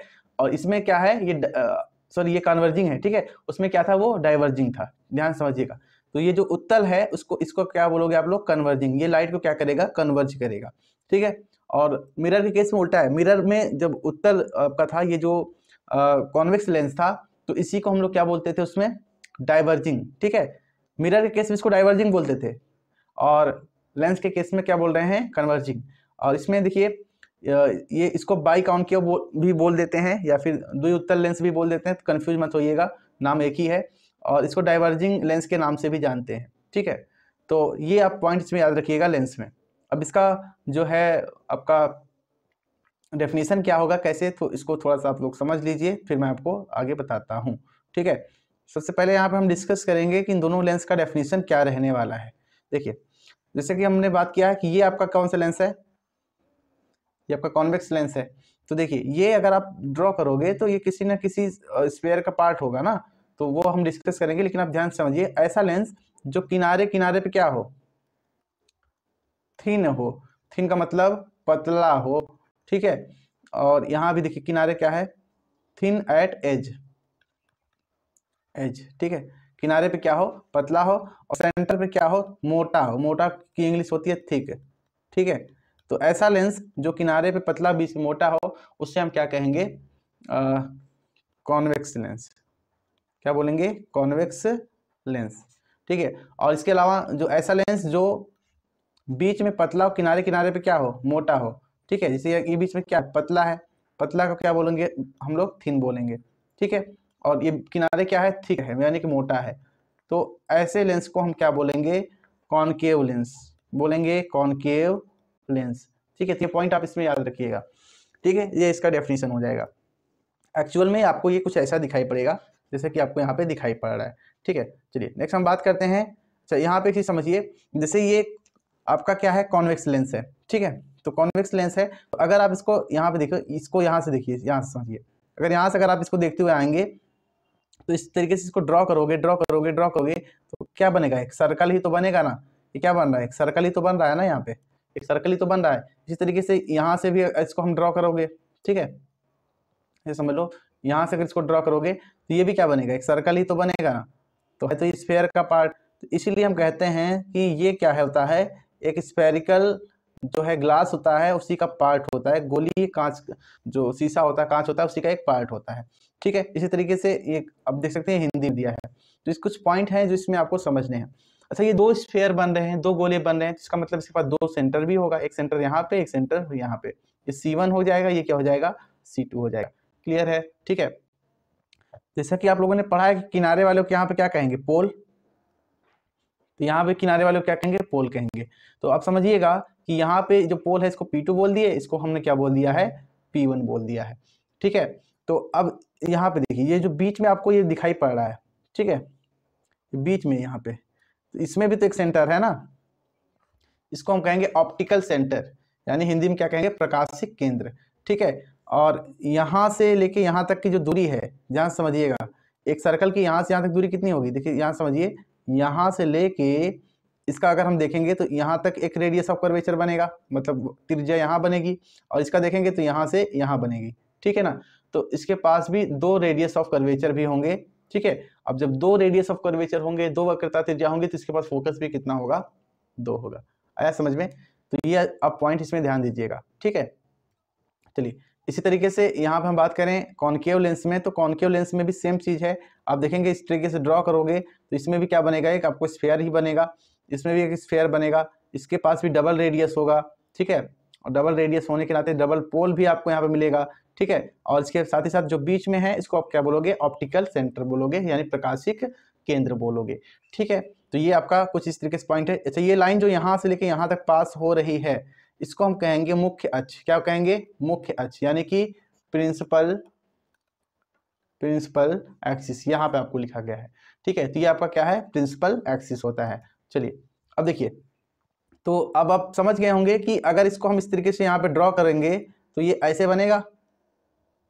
ठीक है ना, और इसको ड्रॉ करोगे तो ये कैसे बनेगा आपका, माफ करिएगा, ये थोड़ा सा दूर जाएगा ना, ऐसे सेंटर ही तो बनेगा ना, ऐसे इसको भी ड्रॉ करोगे सेंटर बनेगा।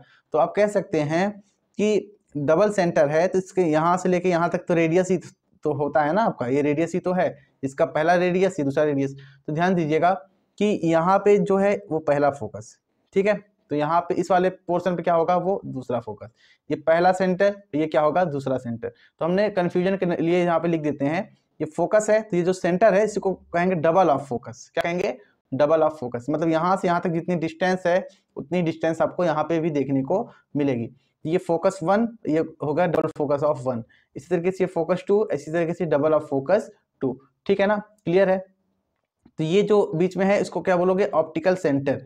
क्या बोलोगे, ऑप्टिकल सेंटर। या फिर ये जो ऊपर से लेके यहाँ तक जो आपको पूरा रास्ता दिखाई पड़ रहा है बीच में, ठीक है, तो इसको हम कहते हैं अपर्चर। क्या कहेंगे, अपर्चर। ठीक है, हिंदी में कहेंगे द्वारक, हिंदी में कहेंगे द्वारक कहेंगे। ठीक है, तो ये पॉइंट आप याद रखिएगा कि यहाँ से यहाँ तक जो डिस्टेंस है उसको हम कहेंगे अपर्चर। इसी तरीके से आपके कॉन्केव लेंस में भी होगा, यानी अवतल लेंस में भी होगा। इसमें भी एक फोकस, यहाँ भी दूसरा वाला फोकस। तो ये C1 है तो ये डबल फोकस होगा, यानी 2f1 होगा। ये भी क्या होगा आपका 2f2 होगा। ठीक है, और यहाँ से यहाँ तक जो आपको लाइन मिल रही है इसको आप कहोगे प्रिंसिपल एक्सिस कहोगे। क्लियर है इतना। चलिए आगे बढ़ते हैं। ये देखिए यहाँ पे अगर हम बात करें तो उसमें जो है कॉन्केव मिरर में, मिरर वाले केस में, कॉन्केव में जो है, कॉन्केव में टोटल कितने केस थे, 6 केस थे। और कॉन्वेक्स में कितने थे, याद करके बताइए, 2 ही केस थे। इसमें उल्टा है, इसमें जो कॉन्वेक्स है, ठीक है, जो कॉन्वेक्स है इसमें 6 केस हैं और कॉन्केव में कितना है, 2 केस है। तो 6 केस क्या है, पहले ऑब्जेक्ट को कहाँ रखा जाएगा, इन्फिनिटी पे, फिर 2f1 यानी सेंटर के जस्ट पहले, बियॉन्ड सी, वही 2f1 इसको बोल रहे हैं, सी को ही क्या बोल रहे हैं यहाँ पे 2f1, ध्यान समझिएगा। उसके बाद एट 2f1 मतलब एट सी, रिलेट कर पा रहे हैं आप लोग इसको। इसके बाद देखिए यहाँ पे क्या है, f1 और 2f2 के बीच में, ठीक है। और यहाँ पे देखिए कहाँ कहाँ पे रखा जा रहा है, ये आप याद कर लीजिए कि कहाँ पे किस पोजीशन पे क्या बनेगा। ये चीज़ ध्यान दीजिएगा इसमें कि अगर कॉन्वेक्स लेंस है, ठीक है ना, तो इसमें देखिए हमेशा real inverted, real inverted, real inverted, real inverted, real inverted. उसमें कॉन्केव मिरर में था, इसमें कॉन्वेक्स लेंस में है रियल इन्वर्टेड, लेकिन एक केस में वर्चुअल और इरेक्ट बनता है। ठीक है, तो आप यहाँ पे इसको, इस टेबल को आप याद जरूर कर लें ताकि आपको जब क्वेश्चन ऑब्जेक्टिव पूछे तो आप इसमें फंसे बिल्कुल भी नहीं। ठीक है, वही चीज़ आपका हिंदी में यहाँ पे दिया हुआ है, आप लोग स्क्रीनशॉट ले सकते हैं। देखिए यहाँ पे देखिए जो 6 केसेस मैंने आपको अभी दिखाए हैं, वो पहला केस यही है, ऑब्जेक्ट जो है इन्फिनिटी पे आप रखेंगे तो कहाँ बनेगा, f2 पे बनेगा। इसी तरीके से जो है ऑब्जेक्ट को अपने बियॉन्ड 2f1 यानी C1 के पहले रखा है तो कहाँ बनेगा। इस केस में आपको डायग्राम यहाँ पे दिए गए हैं, ये डायग्राम भी आपको पता होने चाहिए क्योंकि ये सीधा सीधा 5-6 नंबर का पूछ लेता है कि इसका किरण आरेख खींच के बताइए, यानी रे डायग्राम बना के आपको बताना है। ठीक है, तो ये आप जो है डायग्राम इसको याद करेंगे। नेक्स्ट यहाँ पे देखिए बात करते हैं कि कॉन्वेक्स जो है लेंस, उसका यूज कहाँ कहाँ किया जाता है। तो सबसे पहला माइक्रोस्कोप में, माइक्रोस्कोप में इसका सबसे अच्छा यूज किया जाएगा। कैमरे के लेंस में, प्रोजेक्टर जो टीवी वगैरह प्रोजेक्टर होता है उसमें यूज किया जाता है। मैग्नीफाइंग लेंस जो कि आइडेंटिफाई किया जाता है, जैसे मान लीजिए कोई छोटी चीज देखनी है तो उसको मैग्नीफाई करने में भी किसका यूज किया जाएगा, कॉन्वेक्स लेंस का।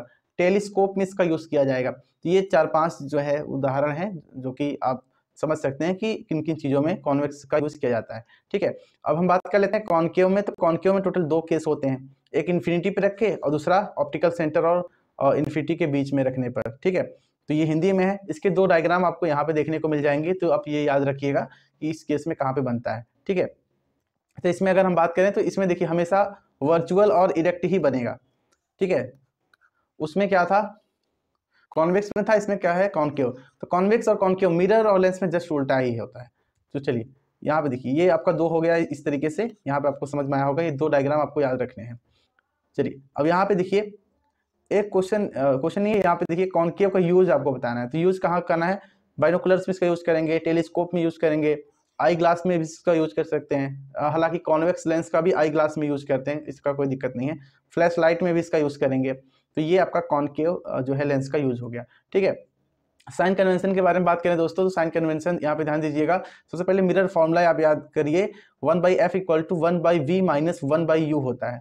ठीक है, और इसी तरीके से यहाँ पे मैग्निफिकेशन जो होगा वो आपका, इसमें जो है माइनस नहीं लगा होता, उसमें माइनस लगा होता था, इसमें माइनस नहीं लगा होगा। ठीक है, फॉर्मूला आपके पास है। इसमें देखिए क्या लेना है, कॉन्वेक्स है, कॉन्केव है। अगर कॉन्वेक्स है, ठीक है, कॉन्वेक्स लेंस है, मैं लिख दे रहा हूँ, कॉन्वेक्स क्या है, लेंस, ये भी क्या है आपका लेंस है। तो कॉन्वेक्स लेंस है तो इस केस में जो u है वो माइनस होगा। ठीक है, f क्या होगा, प्लस होगा, v क्या होगा, प्लस माइनस कुछ भी हो सकता है। ठीक है, प्लस आपका एक ही केस में होगा, बाकी माइनस 4 केस में होगा। बाकी इसमें देखेंगे कॉन्केव में तो तीनों क्या लेना है आपको, माइनस ही लेना होता है। ठीक है, तो ये आप थोड़ा सा इसको याद रखिएगा क्योंकि इसका यूज बहुत ज्यादा होगा, बगैर इसके आपका जो न्यूमेरिकल प्रॉब्लम है वो सॉल्व नहीं होगा। ठीक है, नेक्स्ट हम बात कर लेते हैं कि पावर ऑफ लेंस क्या होता है, लेंस की क्षमता क्या होती है। The ability of lens to diverge और converge a beam of light rays called power of lens. मतलब लेंस की ऐसी क्षमता जो कि बीम को जो है कन्वर्ज करे, मतलब फैलाए, मतलब एक जगह केंद्रित करे और डाइवर्ज करे यानी फैलाए, तो इस एबिलिटी को हम कहते हैं पावर ऑफ लेंस। इसका फॉर्मूला होता है P = 1/f मीटर में। ठीक है, तो इसका एक क्वेश्चन जो है हम लोग कर लेते हैं। एक क्वेश्चन ऐसे मान लीजिए गिवन है, कह रहा है कि आपसे कि जो अच्छा एक चीज़ यहाँ पे समझ लीजिए कि मीटर है तो सेंटीमीटर में बदलने के लिए 100 से जो है वो मल्टीप्लाई होता है, और सेंटीमीटर है इसको मीटर में बदलना है तो 100 से क्या करना है आपको डिवाइड कर देना है। तो एक क्वेश्चन लेते हैं, यहाँ पे क्वेश्चन दिया है, कह रहा है कि एक कॉनकेव लेंस है। ठीक है, मैं क्वेश्चन समझा रहा हूँ आपको। एक कॉनकेव लेंस है और कॉनकेव लेंस में की जो फोकस है वो आपको दिया है 20 सेंटीमीटर। कितना दिया है? 20 सेंटीमीटर, ये फोकस आपको दिया है। तो आपसे पूछ रहा है कि पावर बताइए कितना होगा। तो पावर कैसे निकालोगे आप लोग? तो पावर का फॉर्मूला क्या होगा? P = 1/f मीटर में। ठीक है, तो रखो फॉर्मूले में 1 अपॉन फोकस दिया 20 सेंटीमीटर। सेंटीमीटर को मीटर में कन्वर्ट करना है तो 100 से क्या करना होगा डिवाइड। 100 कहाँ जाएगा? ऊपर। तो P = कितना आ गया? 100/20, तो कटेगा कितना आएगा? 5। ध्यान दीजिए ये क्या है आपका कॉनकेव है, तो कॉनकेव का फोकस क्या होता है? माइनस में होता है, तो ये भी कितना आएगा? -5 डायोप्टर। ठीक है ना। इसी तरीके से आप निकाल के जोड़ सकते हैं। दो लेंसेस हैं, एक कॉनकेव है एक कॉन्वेक्स है, दोनों को मिलाकर बनाया जा रहा है, तो उसका फॉर्मूला क्या होगा? P = P1 + P2 + P3 + dash dash, इस तरीके से। ठीक है, तो पहले सबका पावर निकाल लीजिए, इसी तरीके से यहाँ पे रख दीजिए, कंबाइंड पावर आपका आ जाएगा। ठीक, तो आई होप आप सभी को समझ में आया होगा। बिल्कुल शॉर्ट में हमने आपको समझाया है। इसका जो न्यूमेरिकल प्रॉब्लम है मैं आपको जो है इसके नेक्स्ट वाले वीडियो में प्रोवाइड कर दूंगा। मिलेंगे नेक्स्ट वीडियो में। जय हिंद।